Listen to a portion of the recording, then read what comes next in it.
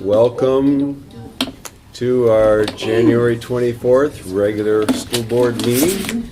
And if I could ask everyone to stand and say Pledge of Allegiance. Pledge allegiance to the flag of the United States of America and to the republic for which it stands, one nation, under God, indivisible, with liberty and justice for all. All right, well, welcome everyone. Thank you for joining us tonight. For all visitors, if you would please, we have a sign-up sheet in the back there. If you would please sign in, that would be fabulous. Thank you for doing so. And we will start the meeting off with administrator's report on the agenda posting and notification of the meeting to the media. The agenda was posted at Three Lakes School, Sugar Camp School in the town of Sugar Camp, via email, the town of Three Lakes, the town of Monaco, and the Demer Library. Media notified via email included the Vilas County News, Northwoods River News, WRJO News, WXPR Radio, and WACD, WATK Radio. All right, thank you for doing that. And next we go to amendments and approval of agenda. Any amendments for tonight? I amended the agenda to include a closed executive session this evening. Okay, all right, and that's been posted as such? Yes, it has. All right, so I will seek a motion to approve tonight's agenda. I'll make a motion to approve the amended agenda. Second. All right, so motion by Stacy, second by Josh. Any other questions? Hearing none, all those in favor of the motion signify by stating aye. Aye. Aye, opposed? Motion passes 5-0.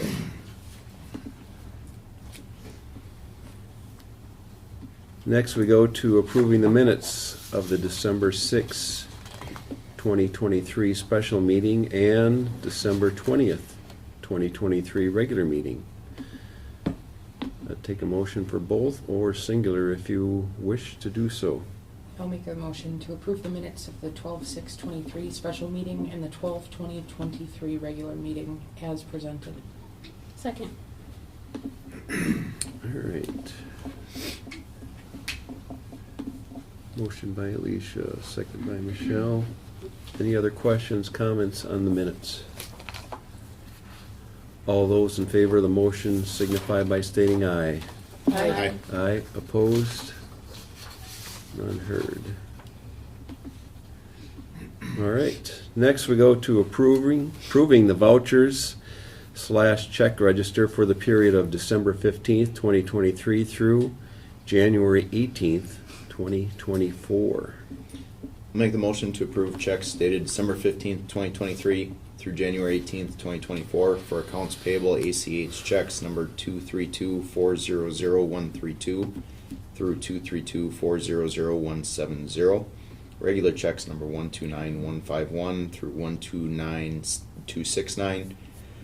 And manual checks number 5596 through 5615 in the amount of $915,463.50, and ACH payroll checks number 900041745 through 900042088, and regular payroll checks number 59327 through 59335, with voided check number 59332 in the amount of $520,289.43 for a total amount of $1,435,752.93. Second. All right, motion by Josh, second by Michelle. Anyone with any questions? Hearing none. All those in favor of the motion signify by stating aye. Aye. Aye, opposed? Motion passes 5-0. Next, we go to the public comments section of our meeting. And would anyone wish to speak to an agenda item that we have on the agenda? Yes. I I just want to show my support to the agenda item 5C on the termination of Tony Farrow. I support administration 100%. I think he was very toxic to the basketball program, the girls' basketball program. Could we please have your name? Melanie Fogarty. Thank you. And I'm sorry, I couldn't quite hear you in the beginning there. I'm supporting the administration's decision on terminating Tony Farrow. I think he was very toxic to the girls' basketball program. Okay. All right. Thank you for that comment. Does anybody else wish to speak? If you would stand and state your name, that would be fabulous. Kaylin Liberty. I just wanted to say that all of us here agree with what she just said. All of us really lost our confidence this year with him, and we are all getting it rebuilt because of our new coach, so I just wanted to say thank you. Okay. All right, thank you. All right. Any other one wish to speak to an agenda item that we have on the agenda? One general comment. It's related to the hirings and firings. I think the board really needs to look at the policies that they have on file for communication with students. I think there's a lot of gray areas. We've got communication between, pretty much on social media, many of the employees are friends with minors. And I think they just need to look at it. You know, we are a small town, so I'm not saying it's wrong, but I think somehow we need to kind of figure out that policy so it's fair to everyone. Because you've got female employees that are friends with male minors and vice versa. And I'm not saying it's wrong, but I just think we need to kind of look at that in general for when you review the policies. And which particular agenda item are you? That was related to firings. Okay. All right. And I know you guys can't go into details, but basketball obviously knows what's been happening. But I would just love to see that policy as related to, you know, school employees, looked at a little bit deeper. And I don't know what the answer is, but I think it's causing some problems overall with everything, so Okay. some clarity there. All right, thank you for that. Any other comments on an agenda item? All right, well, thank you for sharing your comments and opinions. We appreciate that. All right, next we go to the administrator's report, the Northern Lakes Conference Board of Education dinner. Okay, this is scheduled every spring. The Northern Lakes Conference meeting has been scheduled for May 9th. The speakers that are expected to be there are Mary Felskowski, hopefully Pat Schneider, and Rob Swearingen has also been invited. This is a chance for the board members and the district administrators from the Northern Lakes Conference to gather together, network, and then have an informational session. This time, obviously, it's looking at current school, public school legislation and some of the visions for the future. So it's early on, but I wanted to get that out to you, and then I'll be asking you in the next month or two if you're planning on attending or not. All right. Well, thank you for bringing that to our attention, and we can check our agendas and get back with you then. Yep, that would be great. Thank you. All right. All right, next we move to new business. We're still going to start off with the February meeting dates. Our board meeting will be held on Wednesday, February 21st, 2024 at 6 o'clock p.m. here in the boardroom. All right, so that is the third Wednesday. That is the third Wednesday. So no motion needed. That follows policy there. All right. Okay, good. Next, we move to B, declarations of candidacy for 2024 spring election. Want me to read them? Oh, yeah. All You right. got the power. The declarations of candidacy for the 2024 spring election have been received from Josh Kral, Alicia Williams, and Mitchell Ellis. All right. Well, we thank them for stepping forward, and, yeah. April comes pretty quick. All right, next we go to consider approval of the personnel report of new hires and resignations. Okay, for this month's report, terminations, Tony Farrell, girls basketball head coach, retirements, Jeannie Maney, high school secretary, effective June 30th, 2024.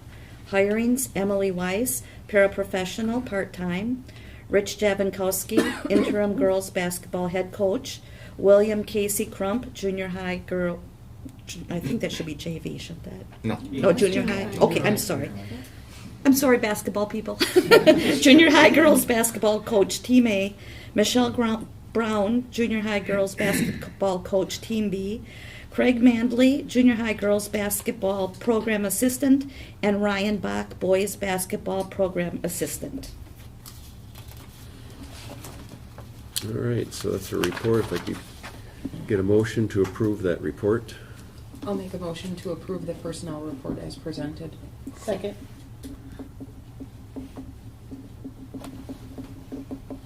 All right, motion by Alicia, second by Stacy. Yep. And any other questions? All right, hearing none. All those in favor of the motion signify by stating aye. Aye. Aye, opposed? Motion passes 5-0.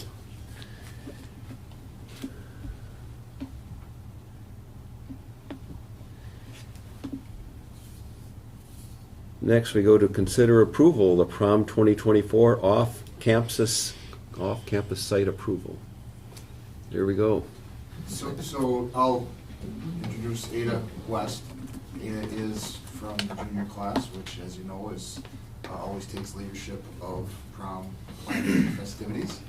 And similar to the past couple of years, a request is being made for you to consider for us to host the prom off campus, a request that administration completely supports. So we're hoping you consider it. And, Ada, the floor is yours. Go ahead. As Mr. Zeus said, my name is Ada West, and I'm here to represent the junior class of 2025. And we would like to have the junior prom at the Sugar Camp Town Hall on April 27th of 2024. All right. A little bit simpler than last year's because there's a wall. Ceiling. Some heat. Yep. No offense, you guys No did a snow. nice job with it. Nice job. It did stay warmer in there than everybody thought, right, in the tent? All right, so we have a request for an off-campus site for prom. I'll make a motion to approve the off-site request for prom 2024 on April 27th at the Sugar Camp Town Hall. I'll second. I wasn't quick enough. Stacy? All right, thanks. Oh, Alicia and Stacy. All right. And any other questions from any of the board members? Pretty simple. What's the theme? Under the sea. So like blues and fish and stuff,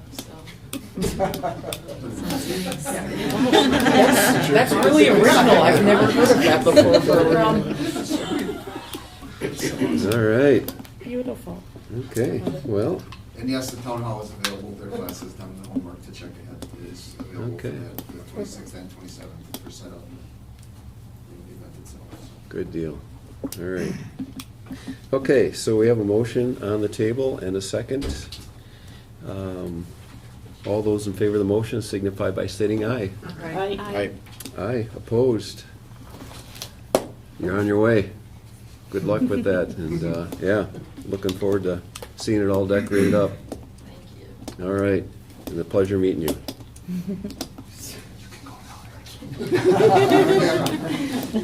Oh, the best of the meeting is to come here, so. All right, so next we go to E. Consider designating the number of regular education and special education spaces available for open enrollment applications for the 2024 through 2025 school year. This is something we bring to you every year. In January, it's required by state law that we set our designated seats available for open enrollment, both in regular and special education. Every year, I talk with Carrie Volk, and we discuss it with principals. We look at our enrollment. As you know, we have been consistently around the 20% mark of enrollment for special ed students, which is a little bit higher than the state average. But the district has always been very good. We commit to our students from the beginning till the end. And so when we are bringing somebody on, we want to make sure that we can see their services through. We have looked very closely, and we have determined that we can continue to accept open enrollment regular education students for 24-25 without any restrictions. As you know, when we get classes that are too large, which it kind of cycles, then we do look at expanding and opening another section. Currently, we have that happening in our kindergarten classroom in Three Lakes. On the other hand, looking at our special education programming, we've determined that we are at full capacity in our special education programs. That took a lot of deep looking at, and looking at our student population and our personnel, who are those who service, case manage and service our students. So the recommendation is that the school district will not accept special education open enrollment applications for the 24-25 school year. Do you have any questions specifically to this? It's what we did last year, if you recall. Yeah, it's important that we offer those who currently serve in special education the best that we can offer. And and a lot of people appreciate that. So we have a recommendation from our district administrator, Terry, on the motions. I'm ready to take a motion, or if you have a question. Both at the same time or separately? We'll do one each, yeah. Do the first one separate and then, Okay. yep. I'll make a motion to accept non-resident open enrolled regular education student applications for the 2024-2025 school year, provided they meet the established district criteria, as there is adequate space in the current program. Second. All right, motion by Alicia, second by Michelle. And this pertains to the regular ed. Any further questions on that particular motion? All those in favor of the motion signify by stating aye. Aye. Aye, opposed. Motion passes 5-0. Now we can take a motion for the special education. I'll make a motion to not accept non-resident open enrolled special education student applications for the 2024-2025 school year, as there is not adequate space available in the current program. Second. All right, motion by Josh, second by Stacy. Any further questions regarding that? All those in favor of the motion signify by stating aye. Aye. Aye. Aye. Opposed? None heard. Motion passes 5-0. All right, we are set there. Thank you. Thank you. Thanks, Carrie, for your work on that as well. Next, we go to consider approval of the 2024 through 2025 school staff calendar. Okay, so this is a process that we've been working on for a while, and just a little bit of background for you. Many eyes have been aware of this and seen this. We met with the Eat List Teachers Group. We met with all district staff who chose to participate. That was after meeting with administration and filling in what I like to call the bookends here, because we have to have some things in place to get our number of days in. We have some state law that are right now in place yet, and looks like there will be, determining that we do not start with students until after Labor Day, so that affects the calendar. And then we want to keep our student days of contact time right around the 173 mark, which this calendar again allows us to keep the same number of days that we've had while incorporating our professional in-service days. If you recall, last year we took one of the full days and we broke it down into our after-school sessions, which has been very effective, and we are all in consensus. We want to continue that because it keeps our momentum going. Within the calendar, I have outlined those days for you so you can see what are student days, what are the professional development and in-service days, our open house, our flex days, which I like to give, kind of sum it up by saying our teachers, our staff, they're professionals. We have a lot that we ask of them, but it's very important to give them some time to do what they need to do choice-wise. And they have the option of putting that within their calendar, either at the beginning of the year or at the end of the year, whatever fits best. Some people like to be in their classrooms early to get set up. Others would rather have to wrap up their grades and such at the end of the school year. We did it this year and had very positive feedback with that. And then our parent-teacher conferences are reflected in this. So this makes a teacher contract schedule of 187 days. I've also marked for you where the quarter ends, so you can see where that is. And our proposed breaks. So we would have in December Christmas break. It's a strange situation this year because Wednesday is Christmas, so it falls right in the middle. It'd be really difficult to have students or families come for one day on the 23rd. So that's what dictated that part of the calendar here. And yet we didn't feel comfortable going a full 2 weeks out because for many reasons, but we also wanted to look at our calendar wrapping up by the end, that first week in June. That I think a lot of kids and maybe staff are ready to wrap it up by that time of the year. And then we have our spring break, the third week of March listed in that. I worked with the other districts around us, got some of their feedback. Where things don't line up perfectly ever, we were just trying to get a feel for what's happening where. And it's very nice for our families to have an idea in advance when this is coming up. I would say this calendar very much reflects the changes that we made last year, which have been very successful this year. The one thing is that it's very heavy on our PD at the beginning, and then when we get into the later part of spring, it's not as much. We're relying more on the after-school sessions. In addition, if there's any further deep work that we need to do, like some data digging, getting into a particular focus, that would require for us to work with our principals in our building to perhaps have some substitute coverage to have a couple of hours to a half a day with that group, need dependent. So that's where we keep some flexibility there. Okay. Any questions? Gary, what's the red boxed out date that's not in the legend? In April? Oh, that's Easter. Okay. I'm sorry about that That's one. Yeah, that is Easter.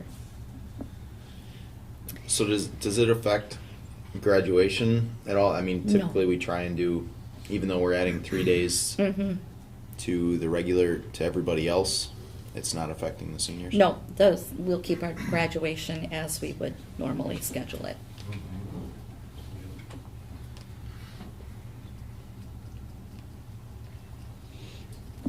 Not a fan of squeaking it into June for 3 days. I feel like that's gonna be a little hard, but I don't see much for other options. Where the flexibility would come in is if the state legislature does give us the option of starting before, Mhm. but that has not come to be yet. Yeah. And we did talk at length with staff about this, and we had about, I did count, it was close to 30 participants when we got together, and they landed on, their preference was to have those days in June because the high school staff shared that having Monday and Tuesday as still testing dates works well for them before they would wrap up for the 4th, which is, the last day. That keeps our junior high graduation as it would normally be scheduled.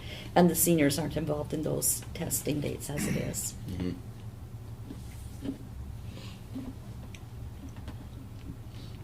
in the after-school professional development apparently must be working. It's working very well. Retained Mhm. at this calendar as well. Mm-hmm.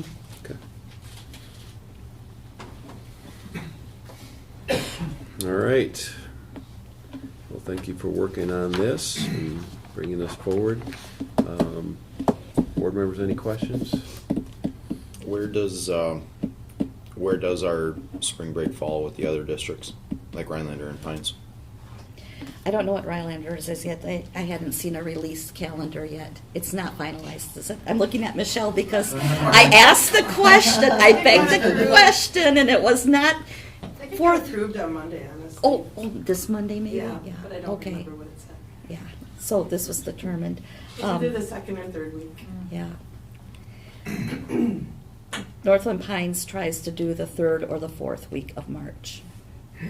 This year we have it attached to Easter. This calendar that we're looking at, this attached. No, this current year This that we're current living year. in, our spring break is attached to the Easter holiday. And as you can see where it happens in April, Yeah, the it's 20th, quite a it bit doesn't later. work. Mhm.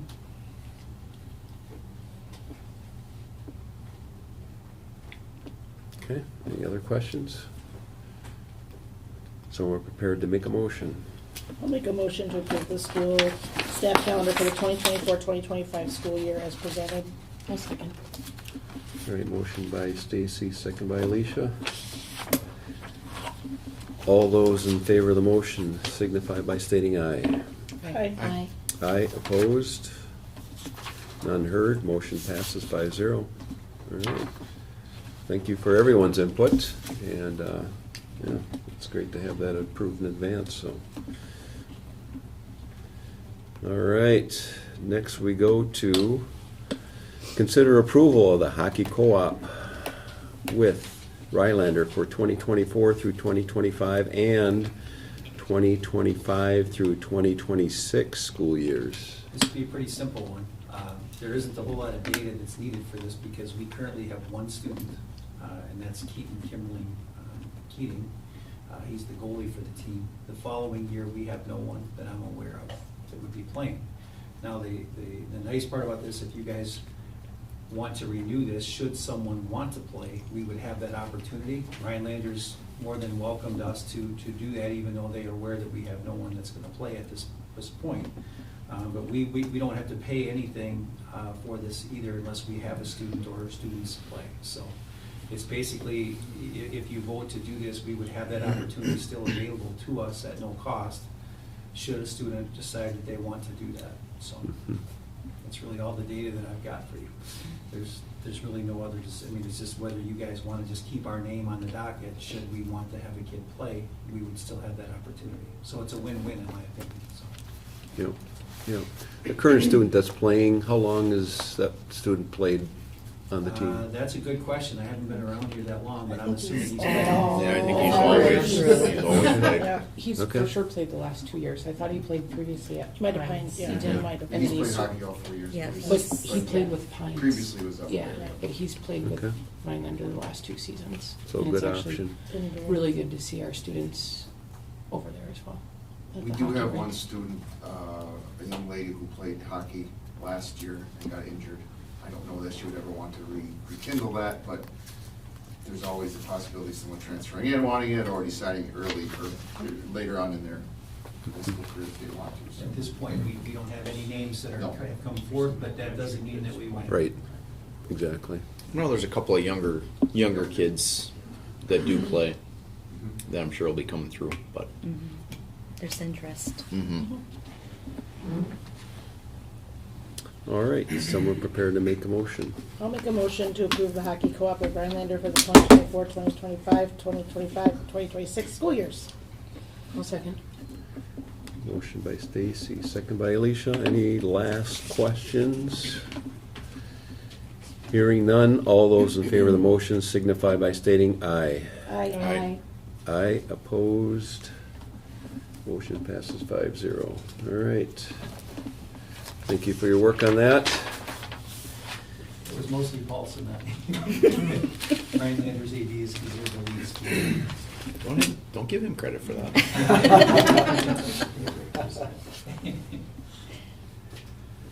Okay, next, consider approval of the emergency response manual updated version.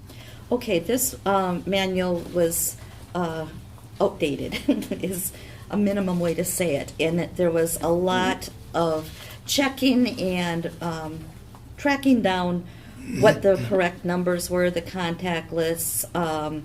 Procedurally and such, it didn't change a real lot. What I want to preface this with is this emergency response manual is really what is our staff and administrative guide for various situations. It is not meant to be a play-by-play for every situation, and by no means could we have every situation covered. In addition, the biggest part of our emergency response plan is not this manual. It is figured out with our law enforcement officers. I do want to expand that this next year. I've actually asked Alicia to help with that. Chief Lee comes in and he does trainings with us, and we learn the different protocols from I Love You Guys and things like that. But the actual, if there is in crisis, we keep those plans secure because we would never want to tip our hand to a bad guy as to where our kids are or where we would be the reunification and such with them. So where this is really handy dandy is, if there's something that comes up, it's kind of our go-to guide. It helps us know what we need to do. It's a reminder of if we're actually in a hold or if we're insecure or if we're in a lockdown and what that means. We have several drills that are regular part of our routine maintenance of safety procedures, I would say. Your monthly fire drills. We have our lockdown drills where we do have law enforcement present. You remember Justin reporting out on that a couple of months ago. Maybe it was last month. It all blurs together. And we debrief as to what we found and what we become aware of.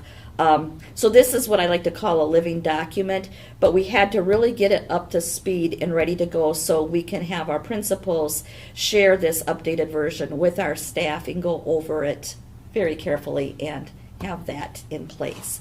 So you had it in advance. I give you the opportunity to ask any specific questions that you have on it, or if it needs additional work or whatever that you want to give me feedback on, that is up to you. I open it up for your feedback, please. I just had a few things. Terry, is this part of a group effort to update the policies and the procedures within this manual? Is that you, or is there a team? The policies and procedures are basically what we've had in place. Jen did the bulk of the work of following up and getting I went it. through and cleaned it. There was a lot of, there was confusing language in there, taking some of that out. Some of the old language was used for like holds and whatever. So there just some cleaning up. So I just went through it front to back, edited through, like proofread, copy, edited it. I didn't edit policy except for we did change some of the rooms for The main reason that I was pushing for changes in here was the room assignments were way out of date, and we kept shuffling kids around each year, and it needed to be updated, but I don't know that actual policy has changed Right, at all. so that, there were spots like that where I just kind of went through and read it, and I'm like, are we still doing this? And checked a few things here and there, but for the most part, the bulk of the updating was really just a cleanup. It needed formatting cleanup, it needed just copy editing through it, so that just took a while to do. But as far as overall procedures, not a lot changed in there. Chief Lee did go through it with us when we were first starting with the project and then reviewed it again when we were finishing it up. So, because he's the one who's presented to us the different holds and secure and what we do. So his eyes were on it. Okay. I think the number one thing that I saw, so in a crisis situation, the district administrator is responsible for being a conduit in the voice of the district to the media, which is generally an off-site for safety considerations, especially if it's like a high-risk type situation. And you're identified as being in the contingency plans as a building leader. So that was kind of the first major concern is that I wouldn't want you to be in the chain of command for different buildings Okay. because of the role you play, on top of needing a succession plan for you on the off chance that you were the target of a crisis situation. Because in the SOP, it says multiple times what you're responsible for as a district administrator, but it doesn't outline a succession plan for you or a secondary. So your suggestion would be taking me out of the school designees where I'm showing up as for Three Lakes Elementary. Yes. I don't think I'm in the other ones. I'm not. I think there was just that one. It was I that saw one. you. Yeah. Okay. You play a really important role in those situations, especially with the news releases and that portion with your partnership. So, It's a good point. and I think a secondary, someone in your absence or stead designated or identified to fill that role. Sure. The only other concern I have is, I think when we look at safety as a perspective, handing a staff member a 50-page document is very daunting. I think not necessarily something I'm looking for at this meeting, but maybe some additional partnership in looking at the language and simplifying this down to a cheat sheet for staff that says, here are the things I need you to do in a crisis situation, and where to go and what to do. And we have a lot of lockdown procedures that are outdated. The crisis environment is constantly changing in our communities. So I think if we can simplify this for staff, that is then backed up by the training that we do at the beginning of the year and drills, it'll make it easier for staff to absorb and retain the information. And be more comforting. Yes.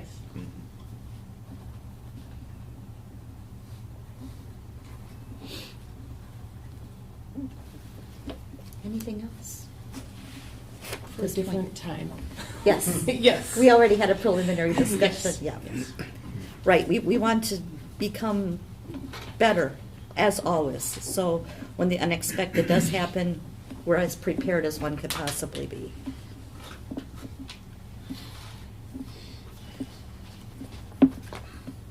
Anybody else?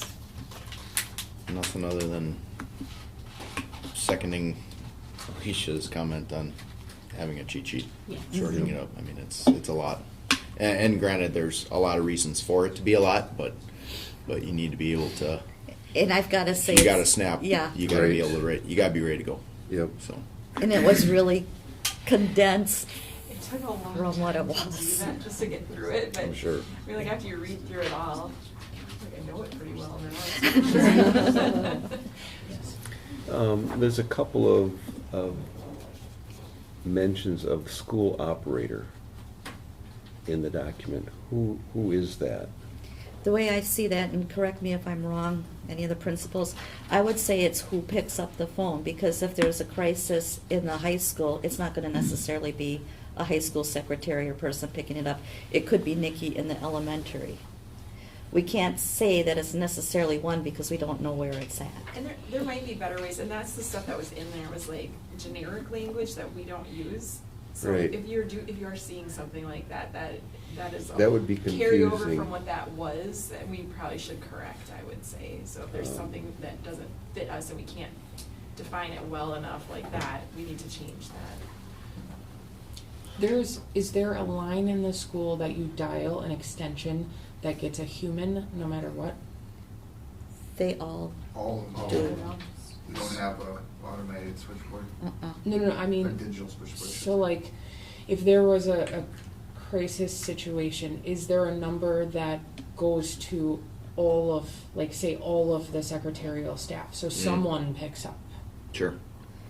So rather than direct to either the high school office or junior high I'm thinking office, of- I'm there'd be thinking in of when everybody. there's a Emergency, you know, our 911, buzz. yeah. What is that? There can be set up on there. There is a 911 on there right now. That we all I do. think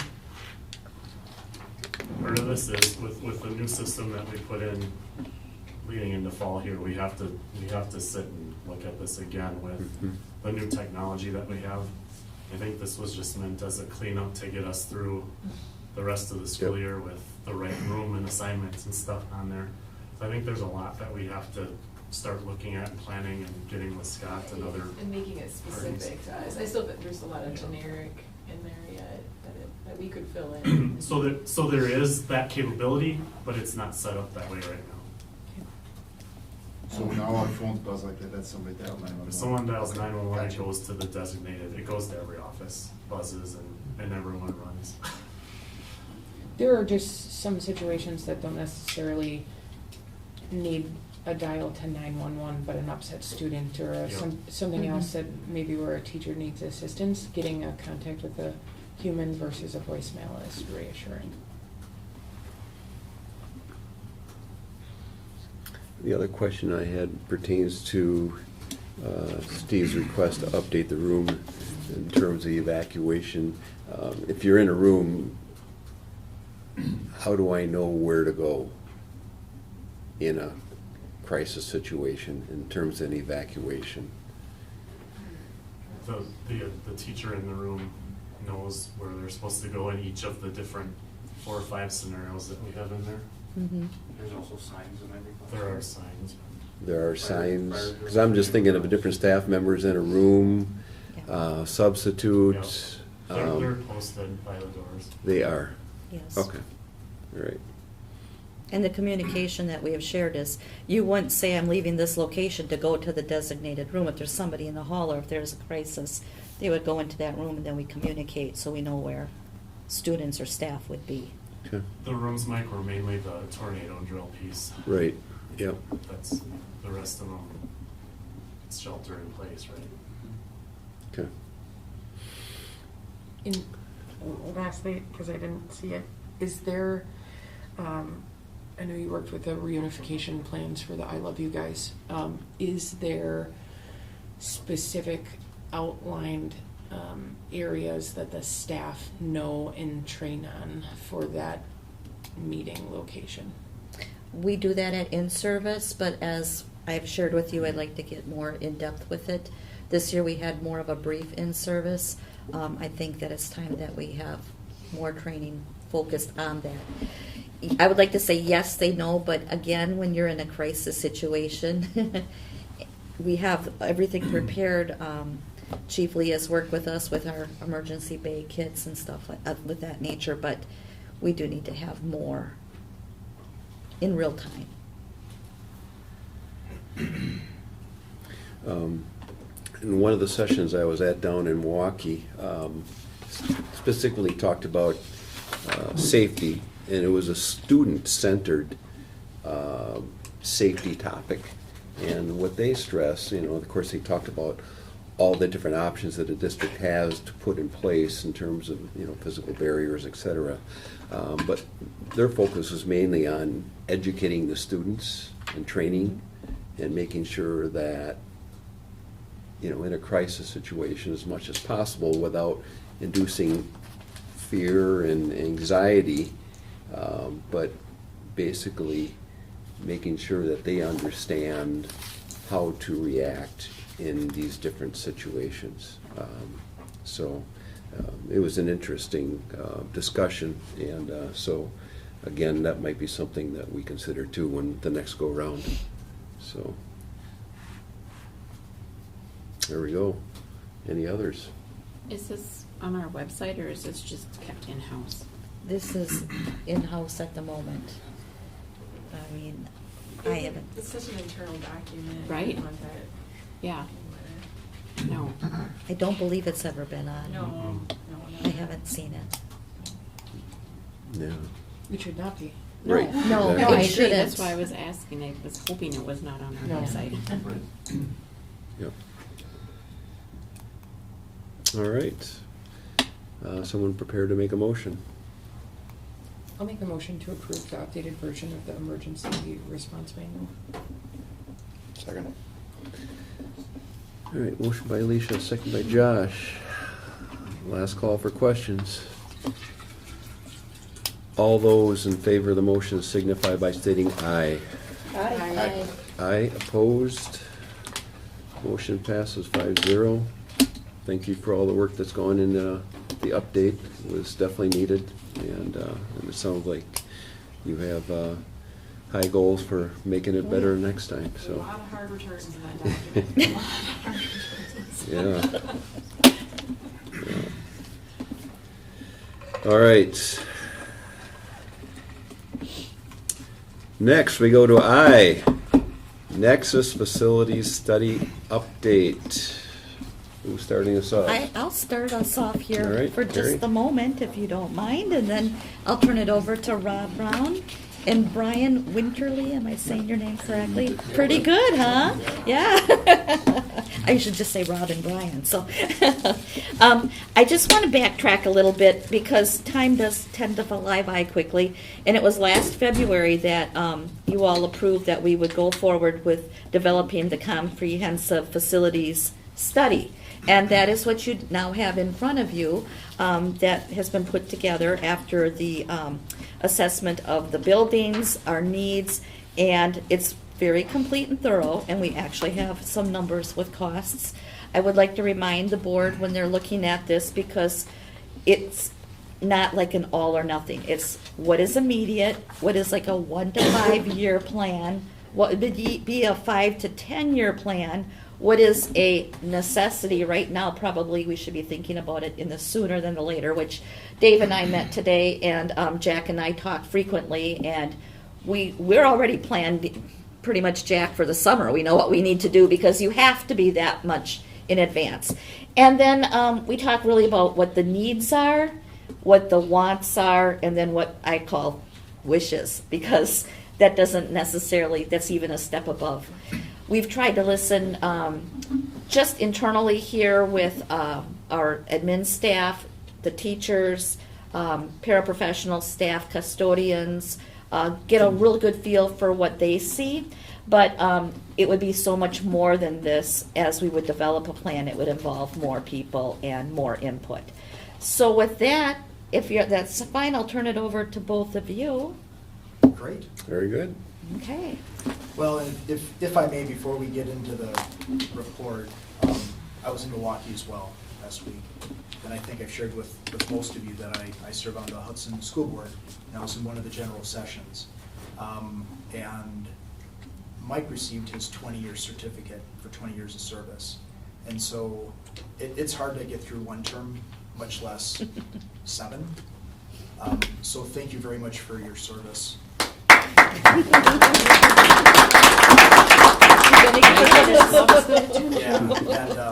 But Mike, I will tell you though, you might want to stick it out a bit. There was one gentleman from Birchwood who received his 50-year service. Yeah. We already had one of those. Okowski. Yeah, we had 3 Lakes 50-year. Yeah. Could you imagine 50 years? Yeah, that's. But anyway, so congratulations. And I didn't mean to derail the topic, but I mean, it's not often you find people with that kind of service. Anyway, so thank you again very much for having us.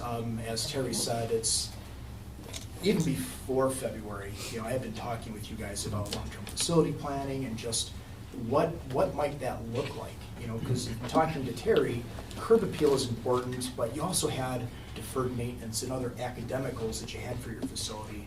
And frankly, for anyone who isn't accustomed to doing this every day, it can be very overwhelming. Where do you start? And by the way, resources are finite, by the way. And so how do we work towards whatever goals we may have? How do we identify goals? You have to have a plan. And what you have in front of you is that 10-year plan. As Terry said, certainly there are needs, there are wants, and then there are wishes.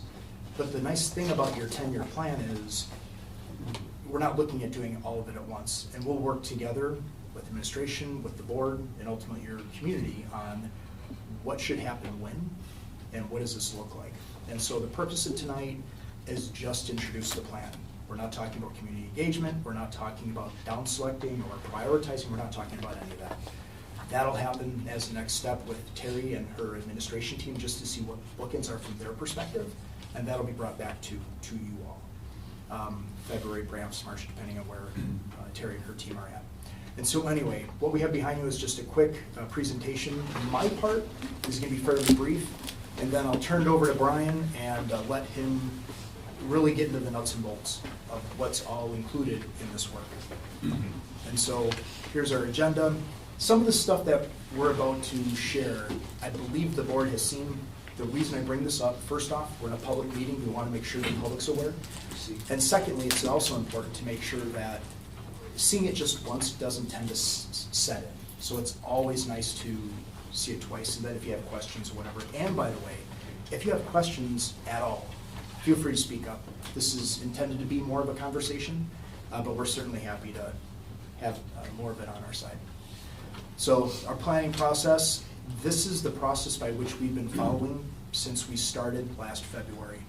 And so a lot of listening has gone on with staff, with your administration, just trying to better understand what's important to your district. Gone through a series of, or a variety of assessments inside your building, grass tops to the rooftops, and all of your grounds. And so you'll see some of that as well. Looking at technical and other solutions, and then we get more into the communication. We show referendum on there. We're not saying you must go to referendum. Certainly that's an option, and if ultimately the board chooses to pass a resolution at some point to go to referendum, so be it. That communication on there is simply just as a placeholder, if you will. And then later we talk about implementation. And so planning, as Terry mentioned, we started back in February, and of course we've been talking a lot longer than that. This comprehensive assessment has taken time, and rightfully so, just given the amount of detail and the depth that Brian and our varying teams have had to go to understand your mechanical systems, your electrical systems. From a civil standpoint, the grade, where do things ice up, what shape are your roofs in, and then academically, of course. And tonight, we're looking at just going through this book. Just a show of hands, who had a chance to flip through the book? Absolutely, even the audience. So let's, as a reminder, let's talk about the staff survey. And so we sent this to 100 folks within the district, 66 responded district-wide. And again, just as a quick reminder, we have 2 slides of the notable positives that I want to highlight, and again, some of the challenges that Brian will be addressing as we step through the book. The amount of light that you have in your classrooms, generally speaking, is outstanding for a district your size. Acoustics, as well as the schools feeling welcoming, are all positives in your district. Does your school provide a safe and secure environment? The vast majority of your staff believe that is true. And do your schools portray a high level of education, that specifically being quality? Is that portrayed in your schools? And the answer from your staff's perspective is an astounding yes. Here are some of our challenges. And this isn't by building, this is district-wide. But we see temperature dissatisfaction, temperature swings from classroom to classroom, down corridors, and even in the same rooms, they tend to swing quite a bit. As far as functional space, where we're at in the 21st century, versus when we all went to school, we sat in rows, teacher talked at us. And now we're doing more from an educational standpoint, that being project-based learning. It's more students collaborating, teachers guide versus talk at. And so do your spaces today allow for that independent learning, project-based learning, that collaboration? And the answer was, not so much. As far as special education, Terry mentioned earlier tonight, 20% of your population are special needs. How does that compare to the state? State on average is about 14%. What does that compare today to, say, even 10 years ago? Well, do we have more special needs kids today than we did, say, 10 years ago? Well, no, we do a better job identifying them. Every kid learns differently, and we're able to help them. We just need different and better spaces. And so with that, are there any questions before I hand it over to Brian? Okay. And so were there any questions that Brian should be aware of that came from your book that he can answer as he's presenting? And if the answer is no, that's fine. We'll certainly get to them as Brian presents. So with that, Brian. All right. Now, Rob said quick. Now, I think we're slated for like an hour. So I have a lot of stuff to go through. I'll go through it as briefly as I can. If there's any questions, please stop me. All of it is in there, and we have a lot more data that you don't see in the report, so. Oh, we have an hour? Then slow down. Right. So Rob mentioned it. We cover everything outside the building. We looked inside, we looked above ceilings, we got on roofs, we looked in mechanical rooms. We used our own professional judgment, depending on the team that was looking at the system or components. We talked to staff and relied on them for how well do things operate, what is a maintenance headache, things like that. So we have everything categorized, and we put a longevity or when a recommendation on when it should be replaced. Each of the buildings, we'll cover each building, and then each of these slides covers a different discipline. So this is Sugar Camp Mechanical and Plumbing. Some of the things of note are the boilers and are modular in nature and sometimes hard to find parts for. So we have a line item for upgrading the boiler plant, which includes the pumps, and adding glycol, which is antifreeze to the system, depending on, you don't want coils freezing up, and that usually comes back to a damper sticking or certain cold conditions can make that happen. Also, the main air handling unit, if air conditioning was something that you wanted to consider, that unit is too small for that, and likely would have to add sections added to it, and likely an insulated casing. So we also have that as a line item budget, along with some of the rezoning. Basically refers back to some of the underground ductwork and things that aren't routed overhead, hard to zone, and some of those comfort issues that Rob had talked about. Adding fire protection to the building largely would probably be if there was a large renovation project that was needed. We don't anticipate that now. We have a line item for it if, for whatever reason, scope would require that.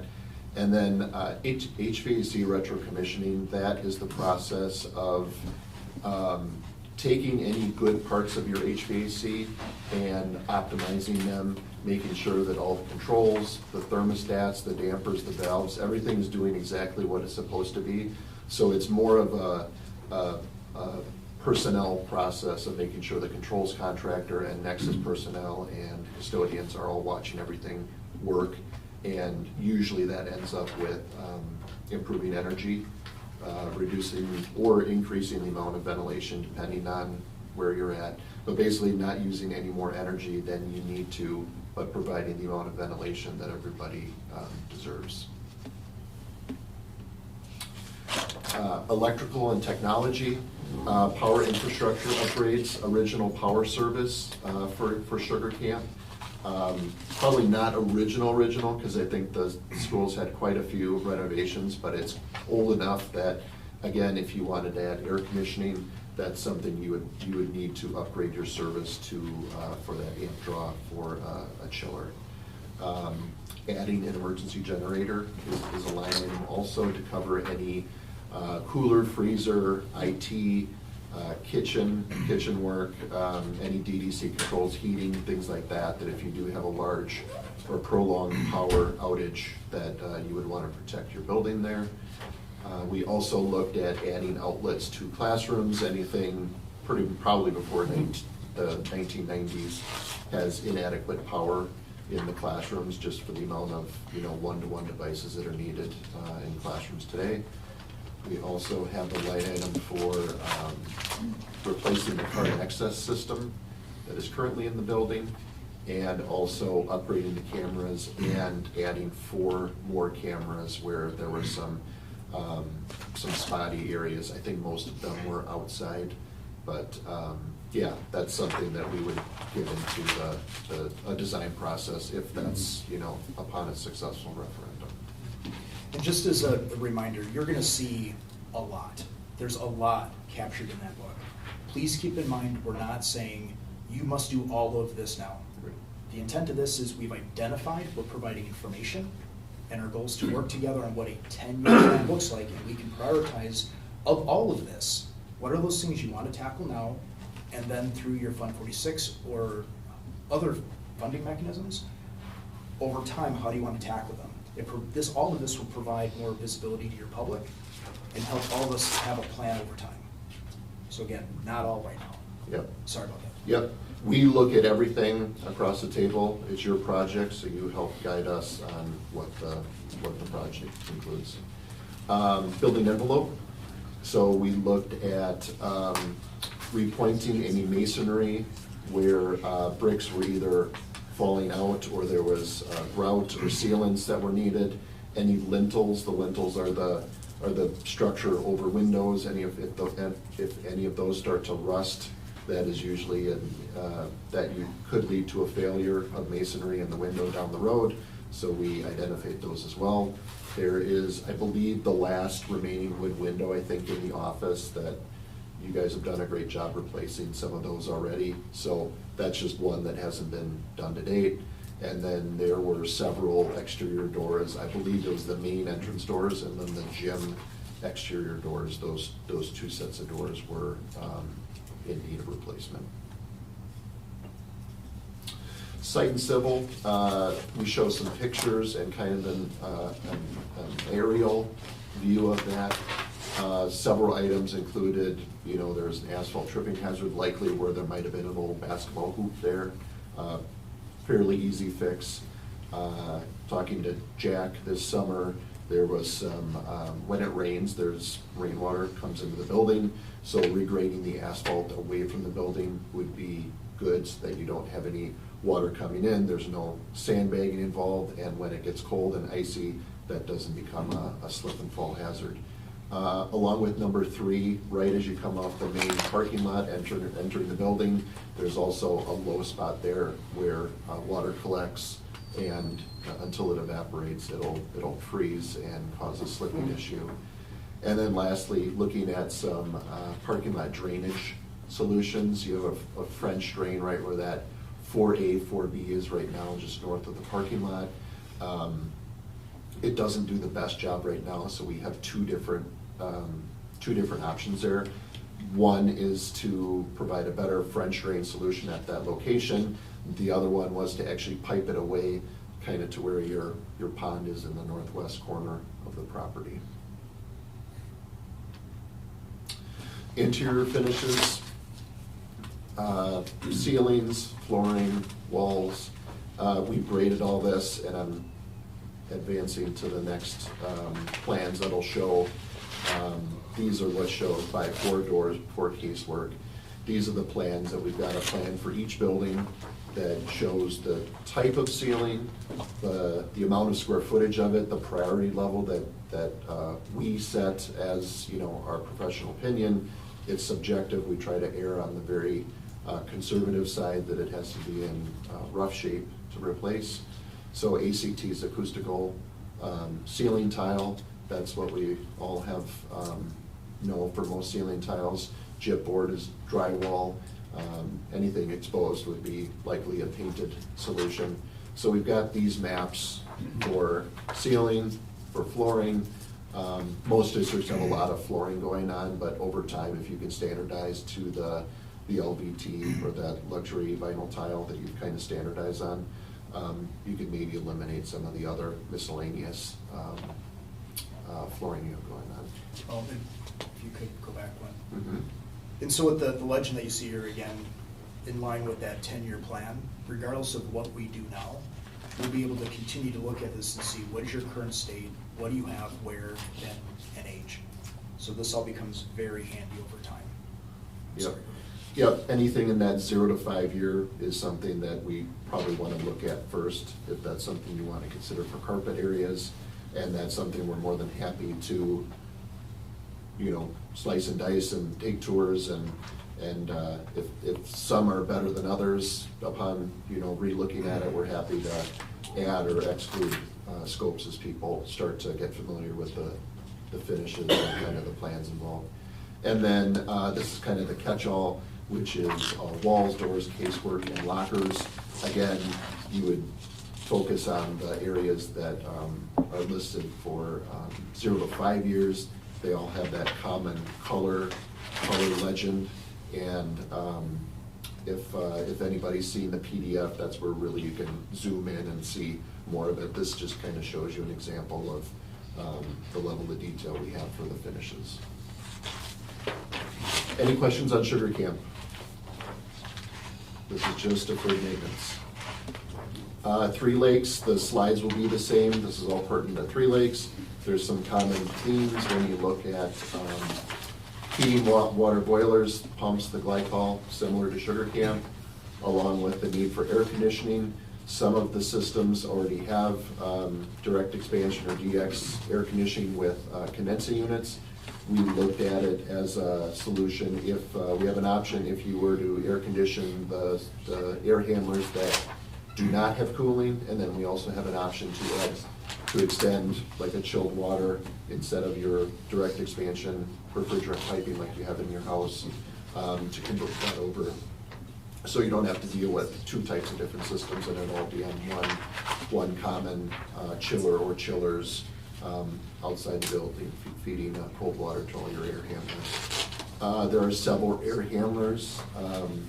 The old ones, I believe it's called the Beast, as the built-up air handling unit right down the hall from the maintenance area. The 1956 junior high school area also has those unit ventilators, which is this right there. I don't know if you can see my laser. The little box that is probably the least expensive way to provide ventilation to a school or to a classroom. Many schools have them, so it is not very common in that age to, they weren't thinking central systems. They were going very inexpensive with those, so that would be something to do a central system, much like the 90s and some your most recent updates have received. Also some things that David mentioned, looking at sensor faucets, probably that's become popular coming out of COVID, and the need to touch less things is something that we also looked at, and we have it grouped along with replacing any galvanized piping in the junior high area. Probably everything up to the 80s or 90s where galvanized was popular before copper was commonplace, so replacing all that before it develops leaks. And then that HVAC retro commission, you have a lot of great central systems at this school, and you've just updated your DDC or direct digital controls. So that'd be a great pairing for, in our opinion, not a large budget to provide a lot of happiness or comfort, satisfaction to staff and students. Electrical and technology, adding surge protection and replacing any panels. Surge protection just provides you from any power surges, whether it's a lightning strike or reverse power flow or excess power flow into the building. Arc flash, that study prevents any arcing of anybody that's working on an electrical panel. It tells them the amount of, or the type of PPE or protection that they need to use if they're working on something as simple as an electrical panel. And then infrared testing also looks at any loose connections that might be hidden inside the panel that you can't necessarily see, and you can get ahead of any outages or anything that might damage some equipment. Replacing the generator, we have a line item for that, and anything that you would need to add to it that's not on it already. Adding outlets to any of the pre-1990 additions, so that'd be the 1954 and 1978 classrooms, again, where there just weren't that forethought was not put there at that time. Adding cameras and a card access system upgrade as well.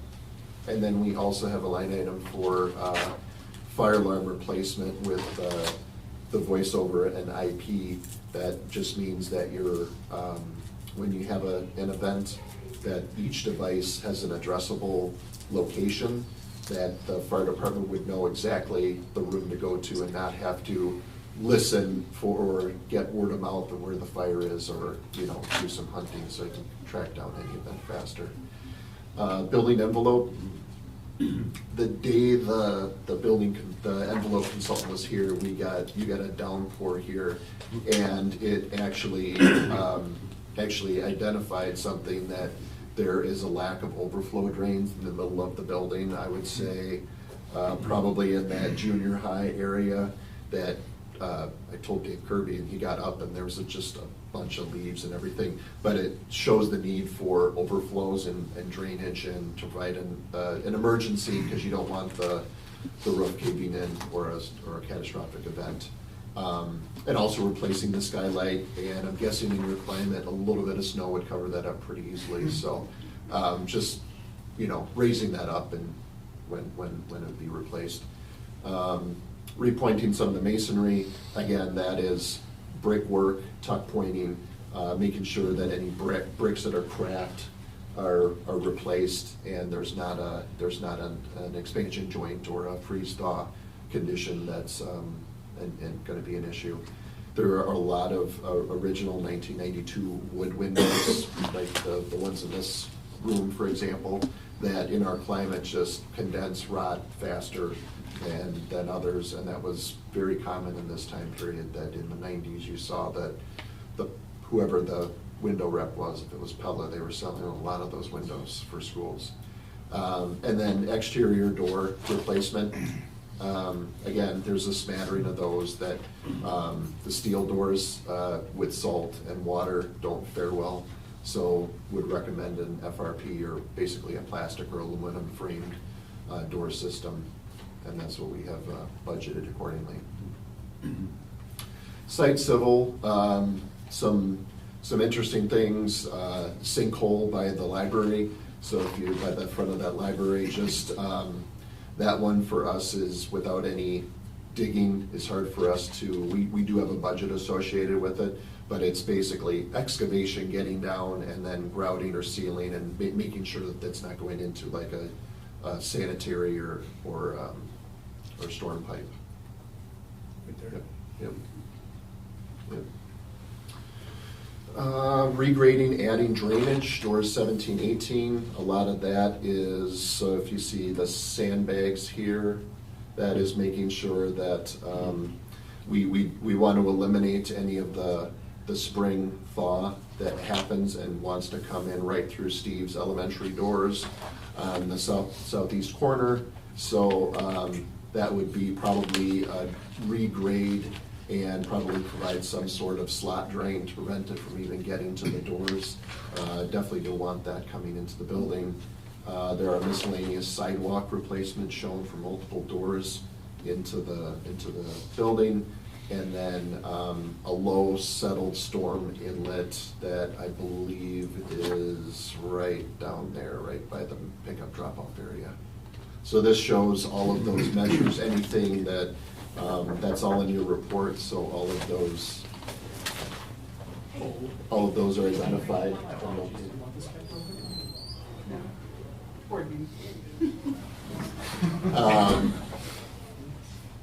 Interior finishes, a lot of this is similar to Sugar Camp in the scope that we looked at. There are different areas and different types of ceilings, flooring, etc. that you'll see on the associated maps. We did look at this building has older doors that Sugar Camp had, so there are quite a few in the junior high area. We also looked at not only, we had identified high priority painting, but also we do have a budget there in case the entire school wanted to be repainted all at once. You spend a little bit of paint and it goes a long way. And then the tile coating is something that if you've ever been in the junior high area, this peach tile that, is probably more of an aesthetic thing and just provides a little bit of updating to color-wise and updated, kind of bringing everything with recoating that tile. It's structural tile, so it can't necessarily be removed, but there's a product called DecaCoat or Miracle Method which would cover it. You could provide a lot of school branding, especially in the front lobby area. We have quite a bit of that done, and we've had some great before-after pictures at some different schools that have done that, just to, you know, again, have it inspiring, that peach color. Maybe there's fans of peach, but it looks dated, so, in our opinion. Replacement of some lockers, and some of that could also be refurbishment of lockers. So again, hopefully with everybody's input, everybody can look at it and agree we're either gonna do lockers or we're not. So that's something we have budgeted for full replacement if it ends up being a refurbishment, if it's a hardware issue, or if it's, you know, just needs to be repainted, we could relook at that as well. And then we did have some auditorium upgrades for lighting and a new stage surface. So here are those maps again. Again, we won't go into it too much, but just shows you the amount of data we have and kind of all the different types of flooring you have, especially the junior high area is gonna have the older finishes and maybe the higher needs that you see there for your maps. And then walls, doors, flooring, casework, and lockers. So that was all the deferred maintenance. Any questions on that before I continue? Okay. Educational adequacy. This is the process where we kind of got the deferred maintenance teams going and looking at the buildings as it is, and kind of grading everything. This is the process where we sat down with principals and staff, and we got into how many classrooms do you have? Do they work well for their size? Where are your bathrooms? How are your safety and security entrance procedures, and where are the entrances? This building has three main different uses and functions into the building, different than Sugar Camp. Size and proportion of spaces. Sometimes special education is put in a closet, or they're giving it an entire classroom, and sometimes neither work well. Sometimes a classroom is too large for a small group setting. So we looked at all those things: equipment, infrastructure, furniture, all those things we looked at as we looked at the building. So what we're going to show here, after I talk through the scorecard, is when we listened and heard all the day-to-day issues with each building, we gave each kind of category a grade. Sugar Camp, it's got you've done a lot of great new updates, and a great site. Traffic works well. So anything in green is something, if you were to design a new school, we probably wouldn't change much. If it's yellow, we probably wouldn't design it that way today, but it works fine. What I want anybody today looking at is how much red there is.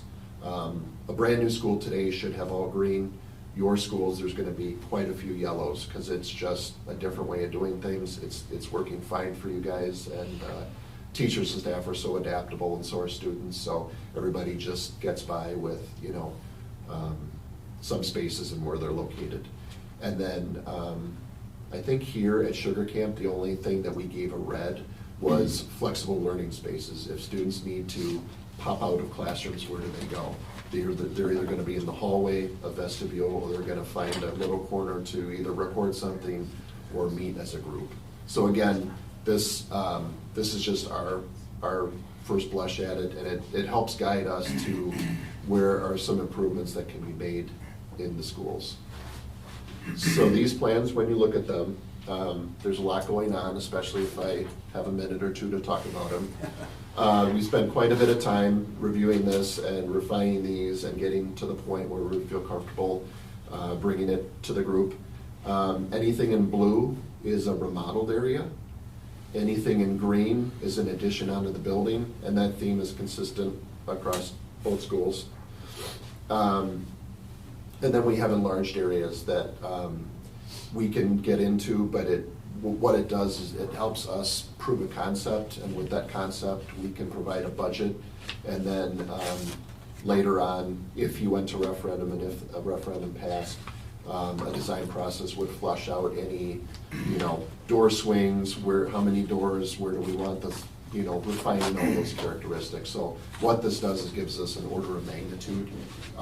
So along with the blue and the green, anything that is white, that's where that deferred maintenance piece comes into play. So, you know, if you were to show these as part of a referendum campaign, the key would be, these are the areas we're remodeling, and then maybe if you're doing air conditioning, let's say, all those other areas we could turn from white to a different color, or keep them white, with everybody understanding that every room is gonna be affected by lighting or HVAC or fire alarm or security or something like that, so. Flooring, casework. Sure, yep, finishes, yep. So I'll kind of hit the highlights here. I'm usually used to being up there pointing at things, but I'll try to use this. So to orientate everybody is right here, the main entrance. If you see the main entrance, right below that is what we showed and what we carried as a budget to come into the vestibule, reorientate the main office, provide some new furniture, provide some more security and procedures so that somebody is buzzed directly into the office, and that who's ever at the reception area can then buzz them in to the school after they have signed in and they are satisfied with that. Otherwise, that is like the first zone of containment after they are buzzed into the office. Sure, I'll go up there because this laser pointer isn't working well.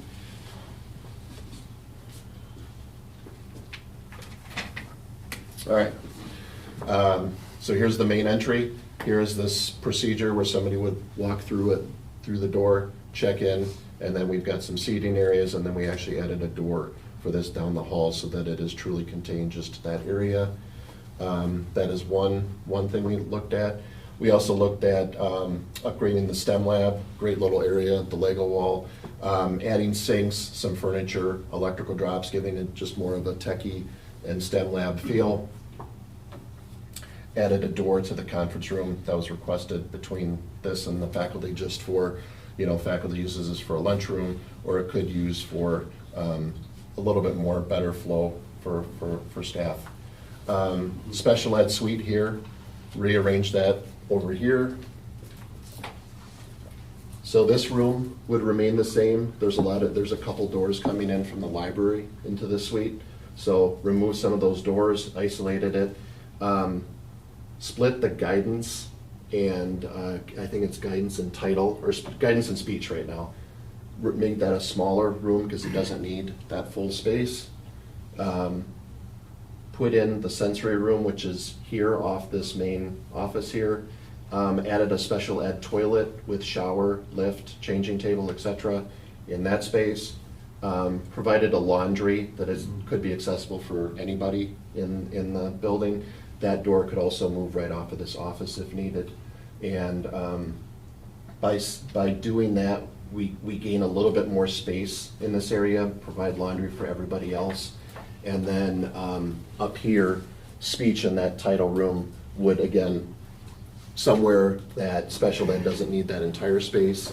And then small groups usually do better in a little bit more intimate, smaller room. We also looked at kind of a Jack and Jill toilet here for kindergarten 4K to share, right where that coat area is.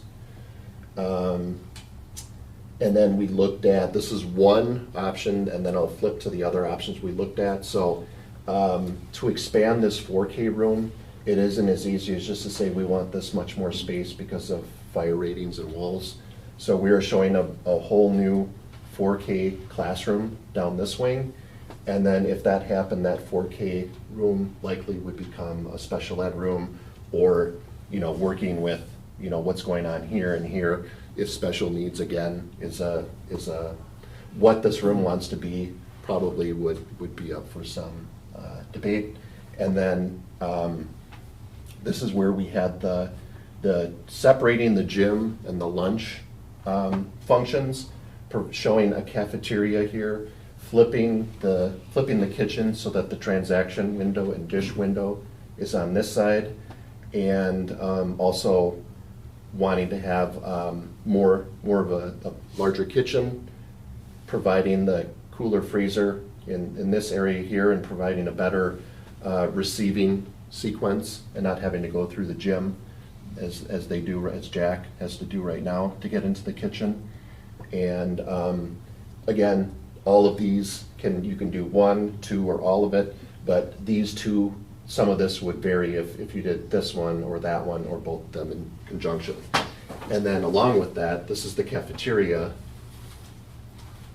This is an option if this became that same purpose, or if this became, that remained the lunchroom, and this is what a larger gym would be, much larger than that, because that came up. I think we'd gone through everything, and then Terry said, hey, I got something for you. What if we did this? I think that came up after a Sugar Camp tour. So we looked at this as one section, and then also a two section.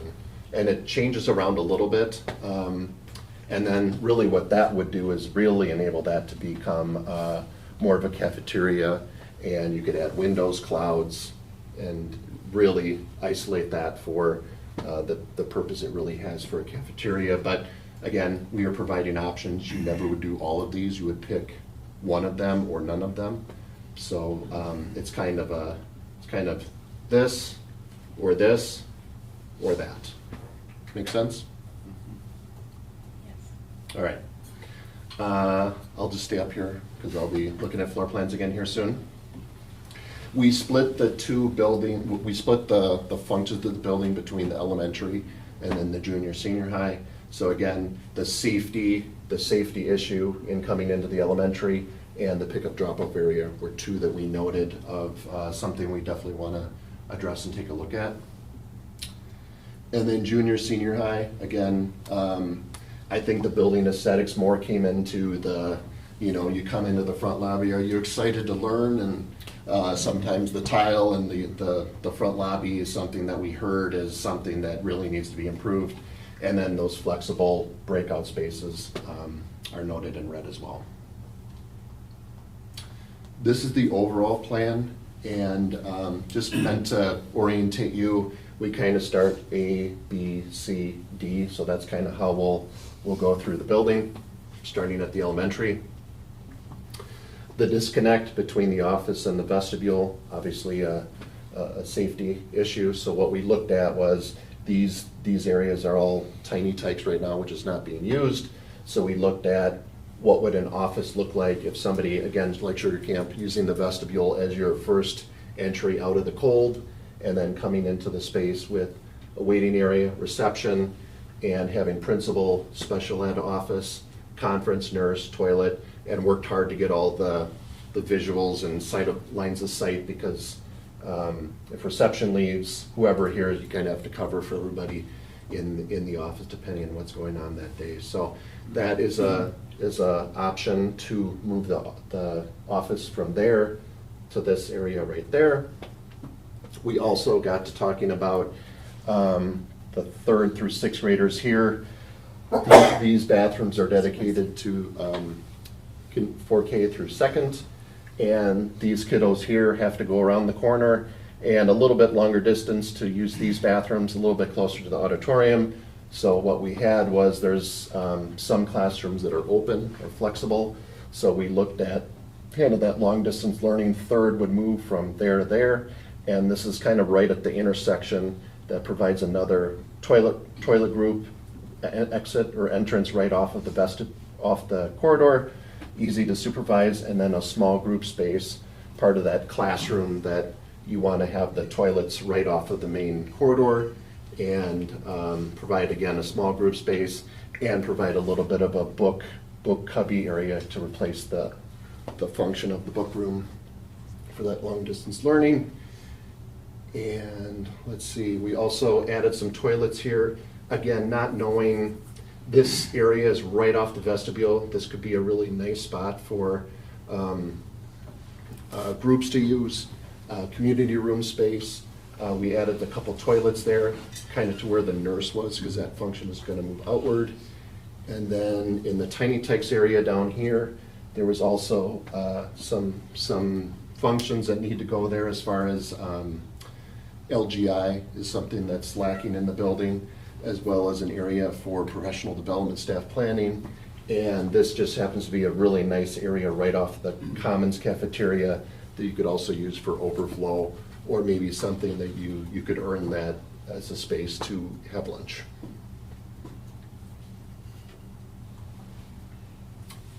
Junior high. First and foremost, we heard right away, these bathrooms need to be fixed. So we have a rearranged area that meets ADA, and we actually did not lose any fixtures in that whole process. So that we moved the door and rearranged it, and it's not so much of a maze for the boys to get into that space. And then this area down here, we heard a couple things, is that seniors right now, you know, junior high has this whole hallway, but then seniors use this little bypass to get into science. What this whole remodel does is a couple things. Removes another hallway that could be used for something more useful, gym storage space. It actually lines up really nicely with the junior high gym down this way. This mechanical room stays as is because the air handler would likely be replaced in that room. This storage room lines up, the door flips, but it actually becomes more usable for the maintenance area down here and Dave Kirby's staff to use potentially. Added a bathroom group down this hall because right now girls can use this space and boys have this bathroom, or otherwise they have to go down this hallway to use the junior high gym toilet rooms. And then this also incorporated a breakout room here for students to use that want to do something outside the class. It could be project-based learning, intervention, one-on-one testing, whatever the junior high uses it for. Any questions on this? Senior high, quite a few areas to look at here. So we kind of looked at who wants to be where, and I think right away Carrie Volk had said, hey, we want special ed to be more prominent. Right now they were in this room right there, and a little too small. So this is a larger space. Right now we're showing that's kind of where the fishbowl is. Kind of the end of the library where there's a Christmas storage room down here. It actually works very nicely, very central to everything. That special ed would be right here, not a far distance away from the main office for any secondary help or supervision that's needed. So that was kind of a move we made. Anything in red kind of means that the space has a new function to it.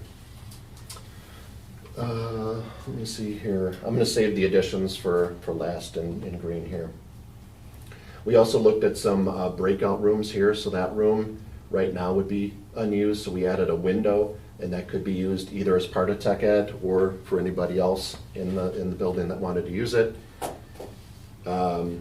We moved Spanish was up here. We did a little bit of reconfiguring to have math, Spanish, everything else work out. The big thing was this wrestling room. We're showing it as multi-purpose. There's also the cycling room, which would be a very nice small adaptive PE area that, depending on the number of wrestlers, would be a smaller space to use. Otherwise, this could be fitted out and purposed for large group instruction, Spanish, because I think it was only like 2 or 3 hours a day that Spanish could use that room. And otherwise, it could be a very large, nice, flexible space that could serve a number of functions. I don't want to derail you at all, but I think that the book shows a conversation we had really late in these. Spanish was going to go to where special ed used to be, in the LGI, which is the LGI. Oh, there you go. That is Spanish. Thank you. Yep. And I'm right in front here. Good eyes. This is also a conversation we had early on. I think it might have been the front office is a hot mess. So this reconfiguring of the office area provides security, again, providing a door from the rest of the office suite to reception, and also provides confidential conversations that aren't part of the main reception area. So it does a lot of optimizing of that space and not really adding on to the building right there. This is an attempt or what we're showing as a concept for energizing that front lobby.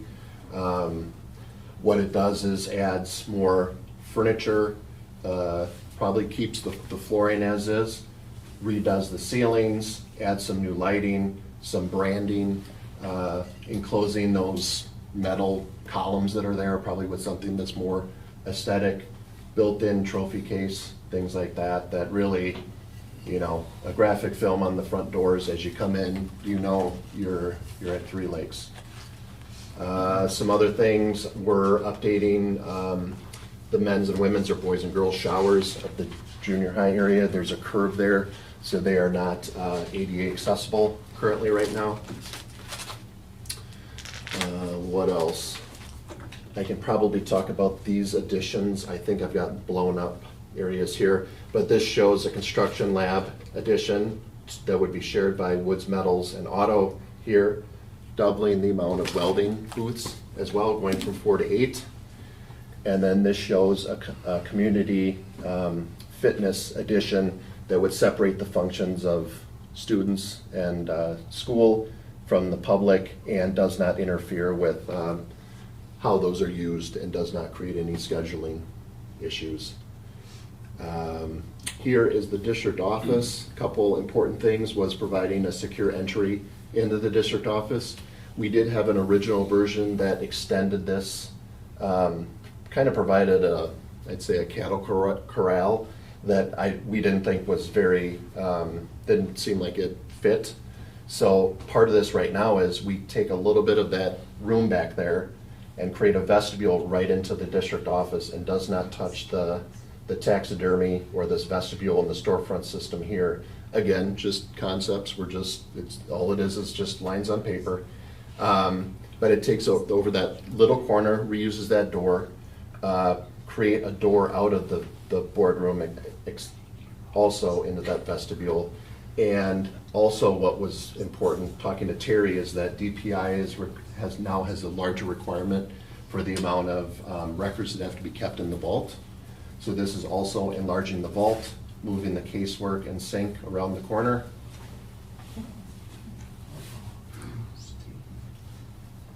I don't know what I did. Touch the screen. One of your cords is probably loose. There's a loose cord. I think it's the HDMI in the back of the TV. There's a loose one.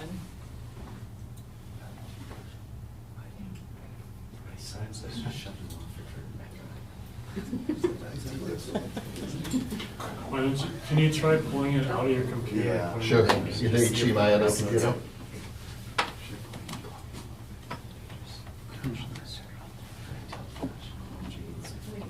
There you go. There it is. It's gone. I think so. It's coming. That's what I'm thinking right now. That's my emoji. All right. Is that I on feel your, like is some that on your IT home person screen? put that up there. It is. Okay, yeah, so it needs to, So there it here, goes. and then we'll go back to. There you go. Just need to reshare it. Perfect, All okay. right. I'm almost done. Almost got through it. You taking a hint? Right, yeah, exactly. All right, so real quick. Enlarge the vault, secure entry to the main district office. That is how we're accommodating that right now. And then also looking at the coat room right now and looking at a concession school store. How would you accommodate that? We're looking at the little ticket booth here that's kind of unused, underutilized. Taking that over, getting rid of the double door, single door. But in the end, you would have a sink, track lighting. You could really have a nice concession area that's permanent, right as your, part of your main commons there, entry between gym events and other auditorium events that you have going on. So that is it for this slide. We also looked at the theme was we need more gym space. So we, at the 11th hour a couple months ago, we looked at what it would take to add on to this building, and kind of the gym storage corridor is probably the likely connection between this gym and this gym space, and adding gym storage, toilets, and replacing this gym storage here, right there.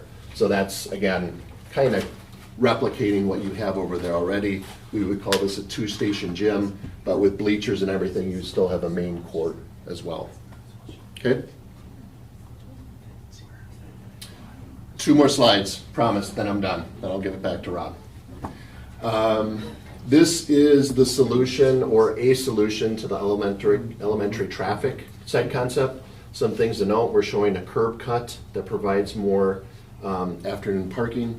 The morning is easy, it's quick transactional. You're dropping kiddos off and you go. Not a huge backup in the afternoon. Everybody wants to be there an hour right before the bell goes. So this shows getting rid of the island here. If somebody's really hard set on the island, we can keep it. But what this does is it helps with plowing. Hopefully helps with a little bit of site navigation, but with adding more I believe not only with the new stalls here, we got more parking stalls here and a little bit more signage and arrow flowing. We got more parking on that site. Again, something that would be poured over a 4 to 5 month design process. We also got the dumpsters out of here. I actually took a drive here and there's a lot of maintenance vehicles and dumpsters in this area just to free it up. And so we've got a poured curb and concrete curb and a fenced in area for the dumpsters. And then lastly, athletics. Can you back up? Yes. Where does the town road end? Does it end? Where does it actually end? Do you guys know? Officially, I don't know for sure. Not in the Thought it was elementary right by the center. dumpsters or where it goes Yeah, into the parking right lot. where the Okay. parking lot starts. I mean, that would make sense, but I just. It goes in pretty far. Yep. Yeah. I think so too. Okay, thank you. Yep, you bet. Lastly, a lot going on with when we started talking about, I talked to Phil, I think his first day when he started, so we grabbed it right away. Justin, him and I walked out to the field, to the stadium. So we looked at new sound system, new track, we looked at irrigation, and then, hey, what if we want artificial turf? That is potential of what it would look like.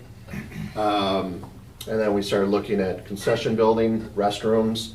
This one just shows it in a different location. This would probably be, you could put it either location. But we are showing a drive off, I don't know what the street name here is. Lakewood. Thank you. And then more parking here that is close by. You wouldn't have to necessarily use this loop anymore. And then this added parking also would help with events as well.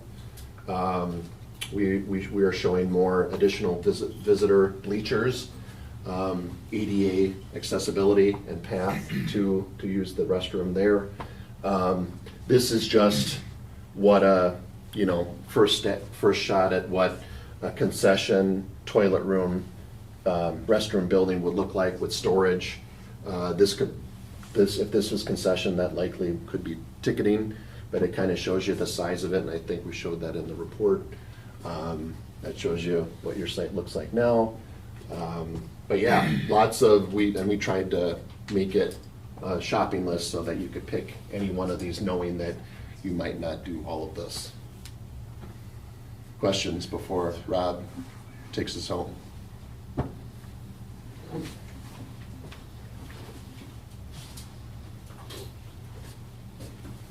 So how does it look so far? Expensive?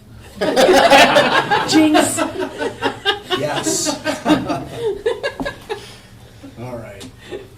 And so as far as the project goes, in the back of your book, you'll see a series of options. It's broken up by the varying buckets of fuel: mechanical, electrical, building, site civil, and then of course inadequacy, low voltage systems. You'll see them broken out. And then also from a granularity, you also see each individual item broken out with the budget. And so the way this works from a nomenclature perspective, if you see on the screen, it says mechanical systems.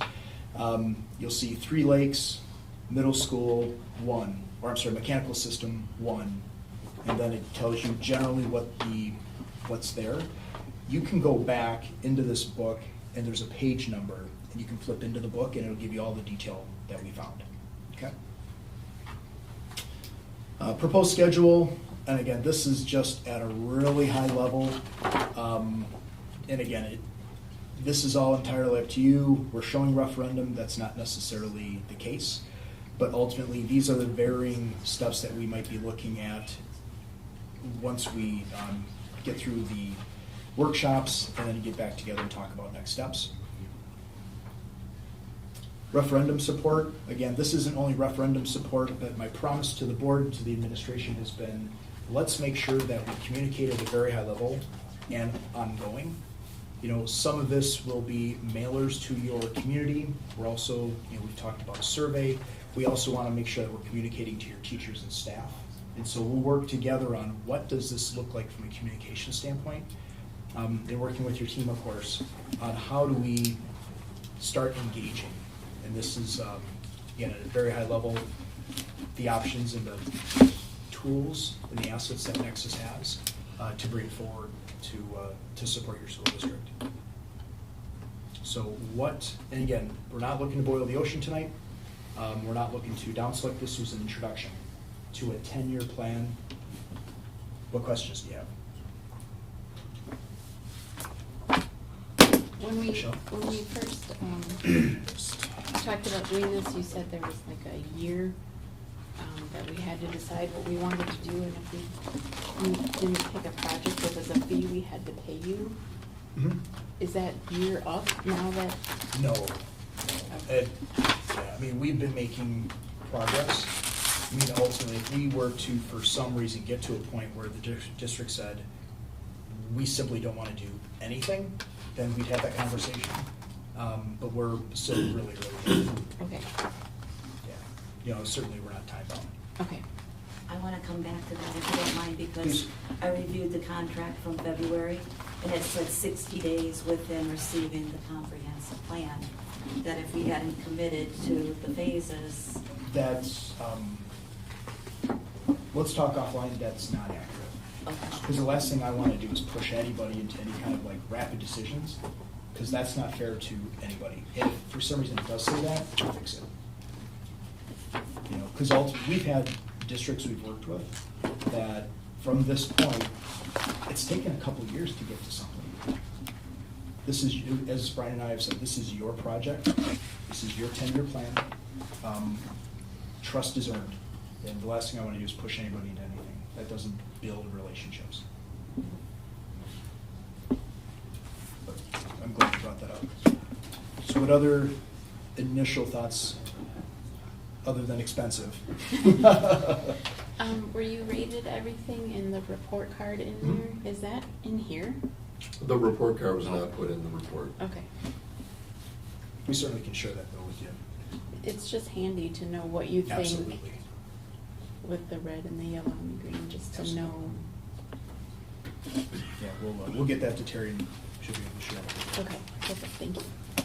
Appreciate how thorough. I mean, Yes. you guys, it really is a great tool. I mean, I wasn't sure what to expect, and you know, after seeing your example book, I had gotten a little idea, but no, it really appreciate how thorough everything is.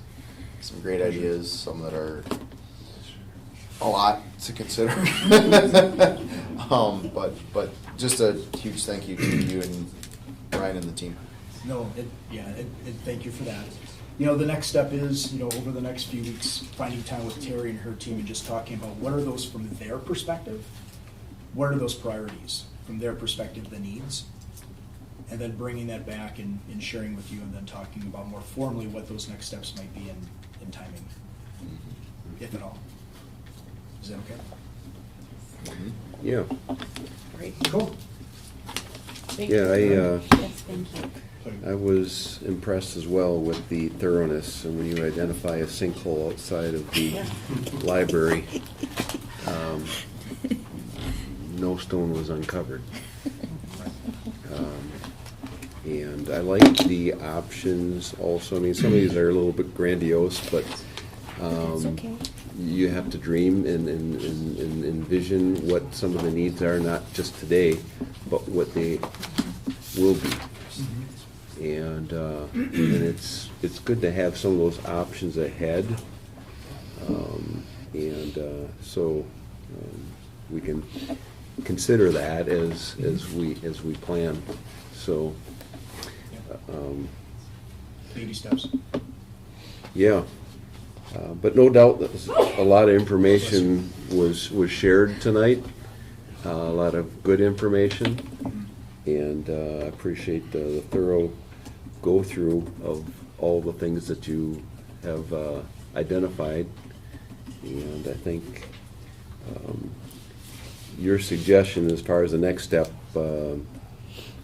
sitting down, I guess the administration going through things, and then we probably would have to have some kind of a, I don't know if it's even a special meeting or whatever, just to go through and start identifying some of these priorities, because that could almost be a meeting in itself.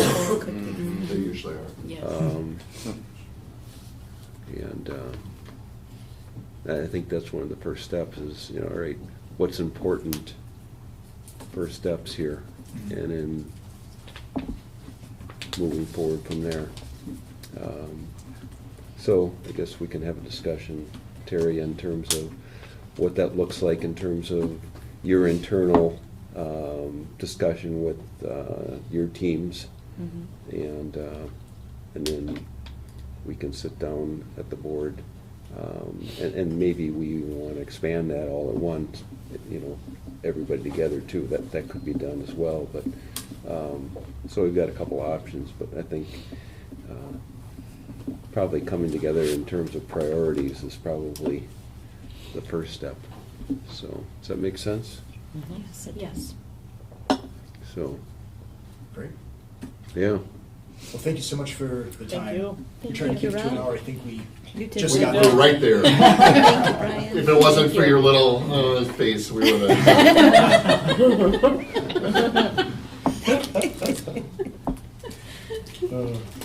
Yeah.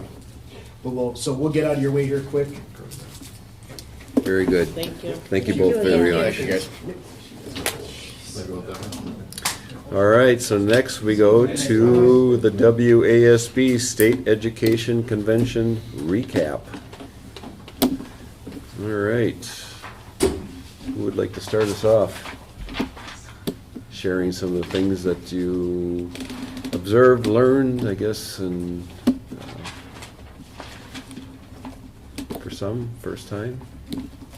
Yeah. I don't want to go first because this is my first recap. I'll go. I'll start.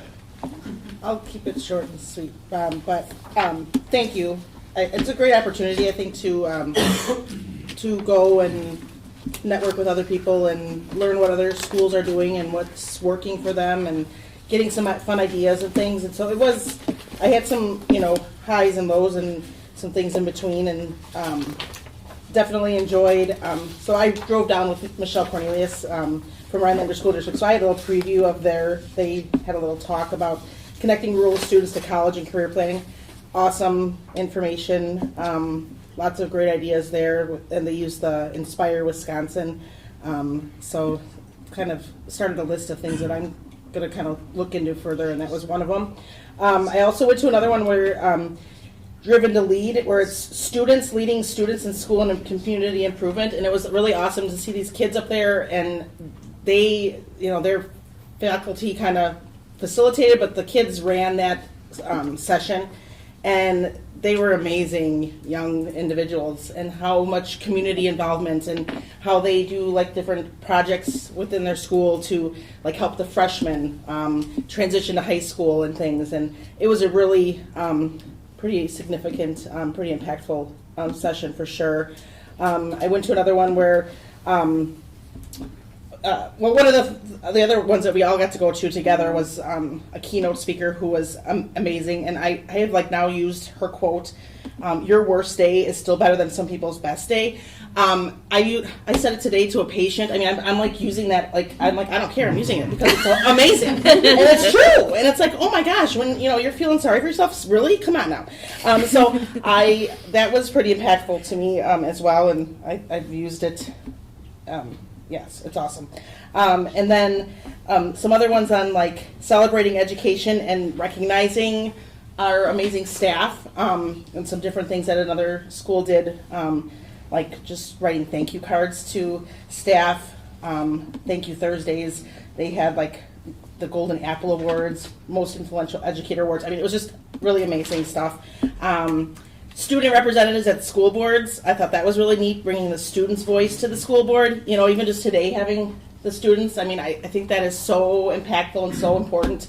And that was it, what that school did was pretty neat. And they had like past students from like the first year that they did it to like a couple years down the road till today, and how it's shaped them as leaders and professionals in their lives. That was and helps the board get that student perspective.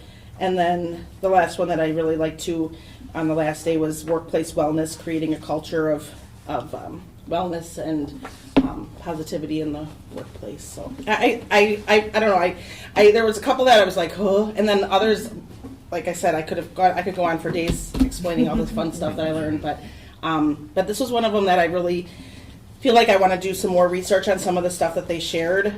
So I feel like I got a lot out of this year's convention overall for sure. So appreciative that I could attend. So thank you. I'm done. I'm a fast talker. Josh? I'm shorter. Okay. So I served as a delegate for Three Lakes School Board this year. It was an interesting process. I haven't ever experienced things like that. Like Stacy, our first morning, we got to hear from Sean Covey, who is an author and the son of Stephen Covey, who writes an amazing author in my opinion. So I started the conference out like,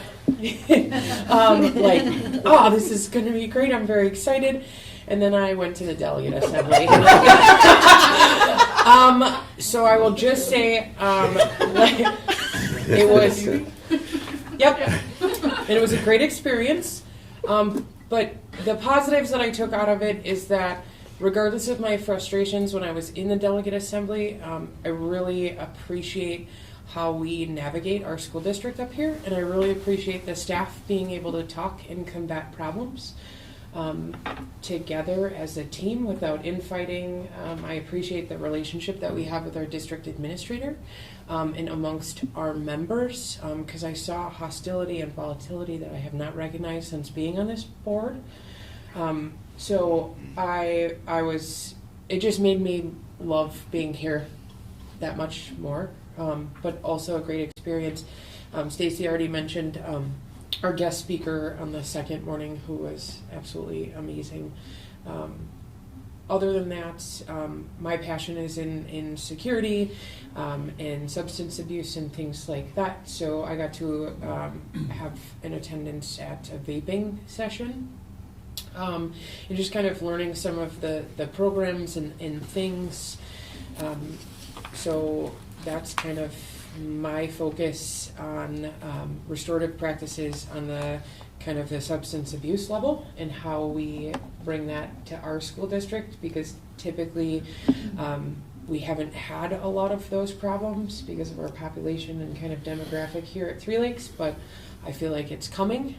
So that's a big kind of push and priority for me in the future, is tackling the students that we have with substance abuse combined with mental health concerns. So, again, thank you. Good experience through and through. You want to go? You want me to go? I can go. I'm glad that I went to the delegate assembly last year, and Alicia, thank you for reaffirming that I'm not crazy or overly cynical for seeing the same things I saw.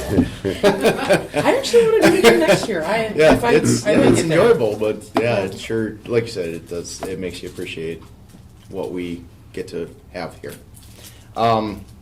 My experience at the conference, I took a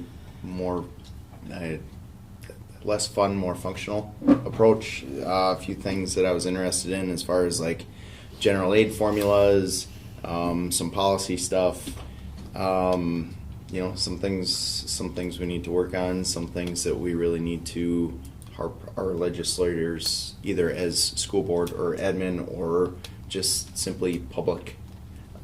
Rural schools are really getting a tough go. More and more, I think there's 100 districts in the state now that are depending on operational referendum, and they're not doing anything to fix it, is what it comes down to. I asked questions and some people were not very happy with me, even though I was just simply trying to learn how it worked. There was a great show from everybody, you know, that everybody is wanting to just, everybody has faith in their kids. Everybody there has faith in their kids and they want to do nothing but improve learning. And there's so many different methods. Everybody's got a different way of going about it, and it's just really neat to see the different ways that people go, that they do it. So, I think that's it for me. Thank you for the opportunity. I always find the convention very educational, informative. I like that we get to pick our different sessions that we get to go to.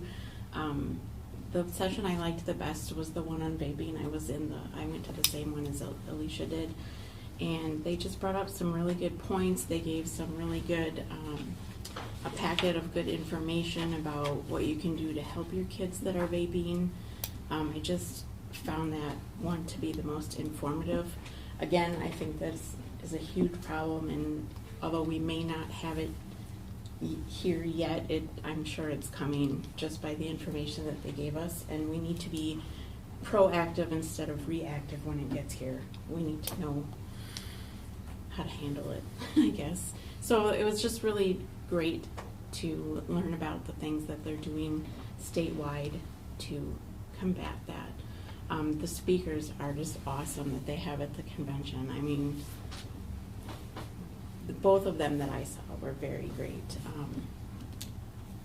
But I felt this year that there was more people there and more controversy, like between board members and teachers and district administrators that were there. So yes, I'm very thankful that we do not have that here. We don't have to deal with that, because some of the talk in some of the sessions was like, wow, glad we don't have to deal with that.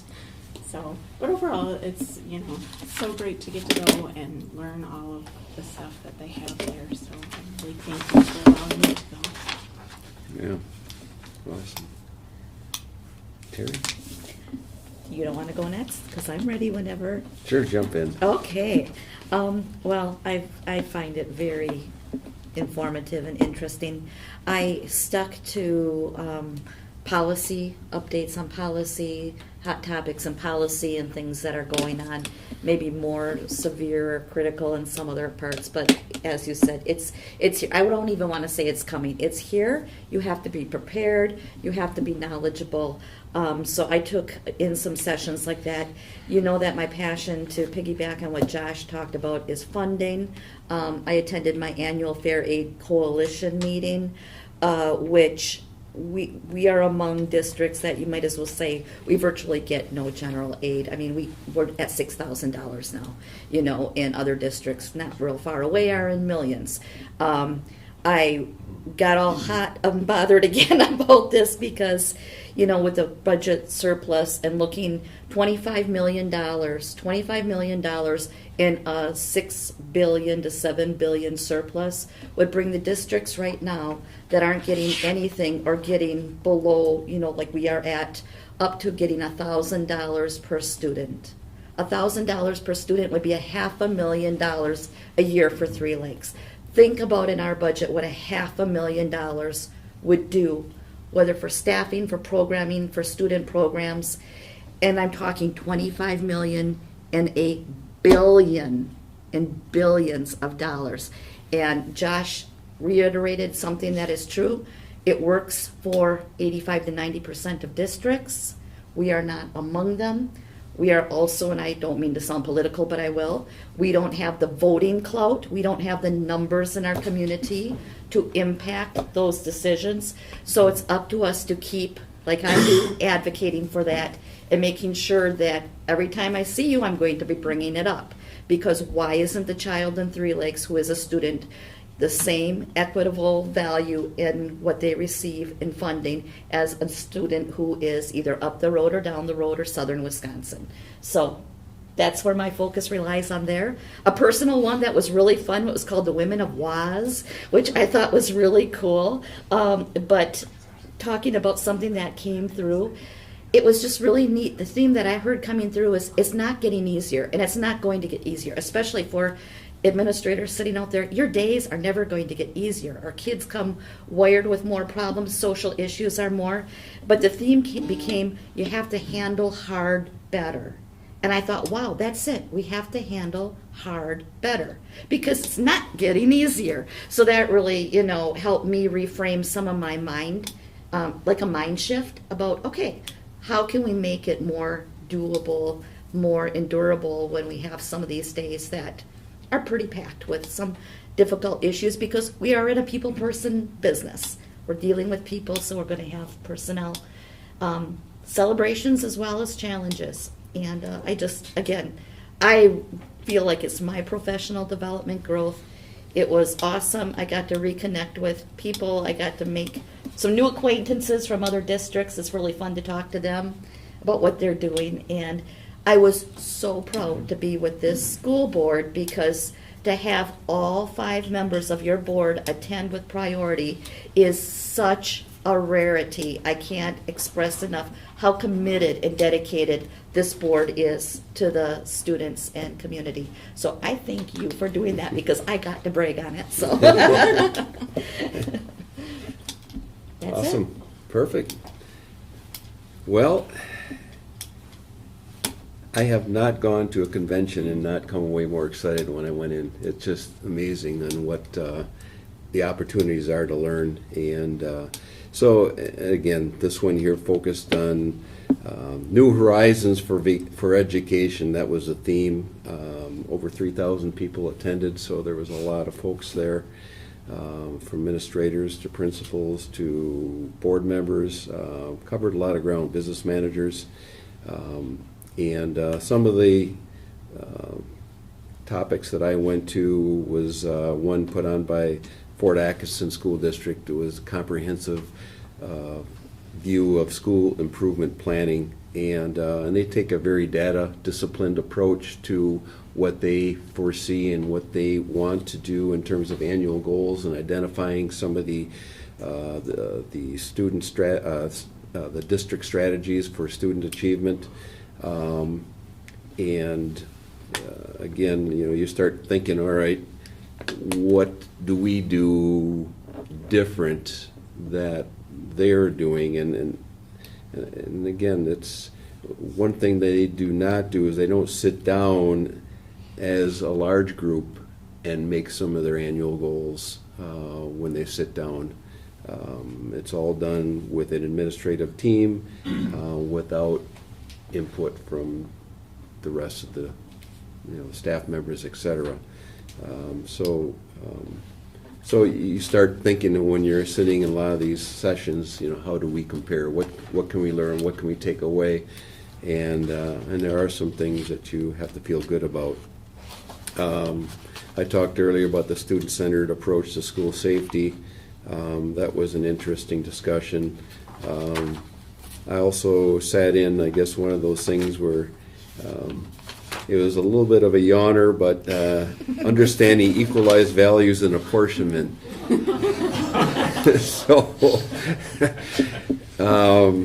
But basically, after we set the levy, what happens next? And there's a lot of moving parts, more so than I had known in the past, and we did again also touch on some of the aspects in terms of how the state allocates some of its funding and such like that. And again, it came down to a discussion on a little bit on funding for students, and why. I guess a lot of the funding is supposedly following the principle is that funding should follow a student regardless of the location in the state. And I see that is really an opportune time that somebody is going to figure out a way of getting this to the state Supreme Court and challenging this whole thing, just beyond that premise, because our students are discriminated against because of where they live. And we're not following the principles that are in the Constitution itself. So it was an interesting learn. It was I think a 2.5-hour session, so it was pretty in depth, but it was good. The other one that was kind of interesting, and I honestly tell you, I don't know a whole lot about AI, but I did sit in a session on it. And this here was put on by the New Berlin and Pewaukee school districts. And they talked about how some of the things that the staff is using and implementing AI and helping them with their reviewing of papers and grading and such. And so it is being engaged on not just from the student's point of view, it's being used from the staff and trying to figure out how to make what they do more efficient. So I thought that was pretty interesting. There was a gentleman that did stand up and make a couple comments. Obviously, I could tell from his discussion that he was a professional in the AI industry. He had just come back from a convention in Europe, and he said, one thing just to be careful about is, he says, AI is not to be confused in that whatever they generate, it's not to be viewed as the correct answer. It's to be viewed as impersonating or to make you think that it's the correct answer. So it all depends upon the information, again, that's submitted into, not so good data going in to the software produces results that are definitely questionable. So I thought that was an interesting comment. But yeah, I had an excellent time there. Yeah, it's amazing and how engaged all the members were. I mean, not a huge place, but it's amazing. Didn't see hardly any of you guys. I mean, everybody seems to spread out and find different sessions. There's a lot going on at once, and so I think a lot of ground was covered in a positive way. And again, thanks to the district for allowing me to attend and continue to learn. So it was well worth it. There we go. All right. Let's go on to the School Forest Camp 3 update report. Okay, the hearing that was canceled in December has been rescheduled for February 2nd. That was to address the filing that the Krivakis petitioner had brought with more attention on the matter. It is not solely related to the general wetlands permit. This is in addition to, so that is scheduled. I talked with our attorney, and he will be there representing us, and more to come on that. I did ask again about the administrative law judge ruling, and was told that that should be coming down any day. They're waiting on it as well. I did not get the impression that one case has anything to do with the other, because they're in different courts in front of different people. So we're waiting to hear on that. That's what I've got on that. All right, okay. All right, appreciate that input. And next we go to district-related positive happenings. Who wants to start?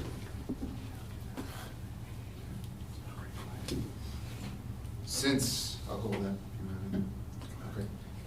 Since break, we got a couple things near and dear to mine, Mr. Boxhart, because we always get invited for judging, is our culinary arts kids in the Foods Lab have their ramen noodle cook-off, and it is absolutely ridiculous how good it is. But, so that's kind of a cool thing.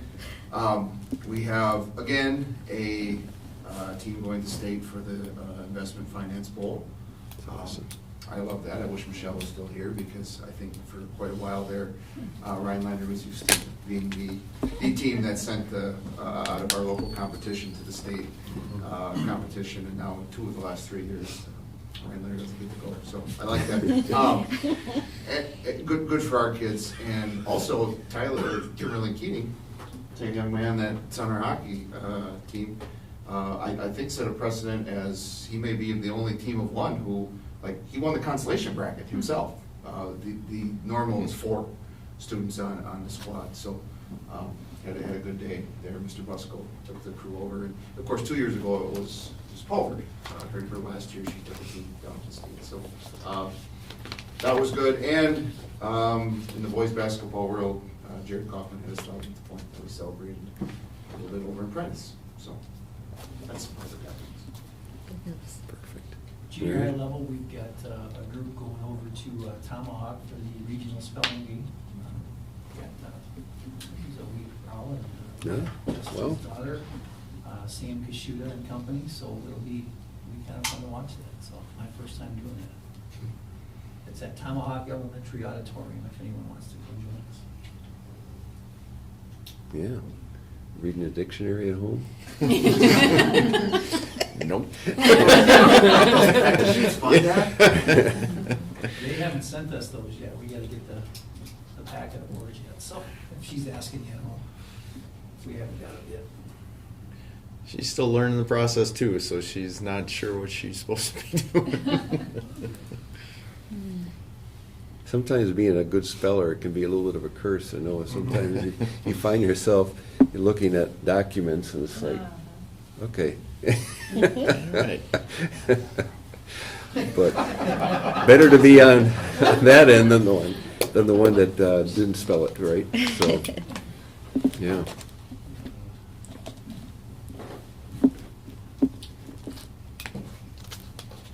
Anything else? It's been pretty quiet. I can't think of it. Elementary's been pretty quiet. Average testing and. Mr. Volk got to wear a Yeah. jersey. Thank you. That made my day. You wore a funny hat. I wore a funny hat. So excited about that. Mr. Volk made an ill-conceived Packers-Chiefs bet. Promoting betting between children. Yeah. That's gonna reappear. Yeah. Still have that hat, still wear it, so. All right, we'll call that a wrap. And next we go to the WASB correspondence update. I don't have anything to share with you this evening. Okay. All right. So, next we go to the executive session of our meeting. And looking for a motion to adjourn to executive session pursuant to Wisconsin State Statutes 19.851C to consider employment, promotion, compensation, or performance evaluation data of any public employee over which the governmental body has jurisdiction or exercises responsibility, and 19.851F, considering financial, medical, social, or personal histories or disciplinary data of specific persons, preliminary consideration of specific personnel problems, or the investigation of charges against specific persons except where paragraph B applies, which, if discussed in public, would likely to have a substantial adverse effect upon the reputation of any person referred to in such histories or data, or involved in such problems or investigations, specifically to consider termination of a busing contract. I will take a motion to adjourn to executive session. I'll make a motion to adjourn to executive session. I'll second. All right, so motion by Michelle, second by Alicia, and do a roll call vote. Alicia? Aye. Michelle? Aye. Stacy? Aye. Josh? Aye. Mike? Aye. Okay, motion passes 5-0.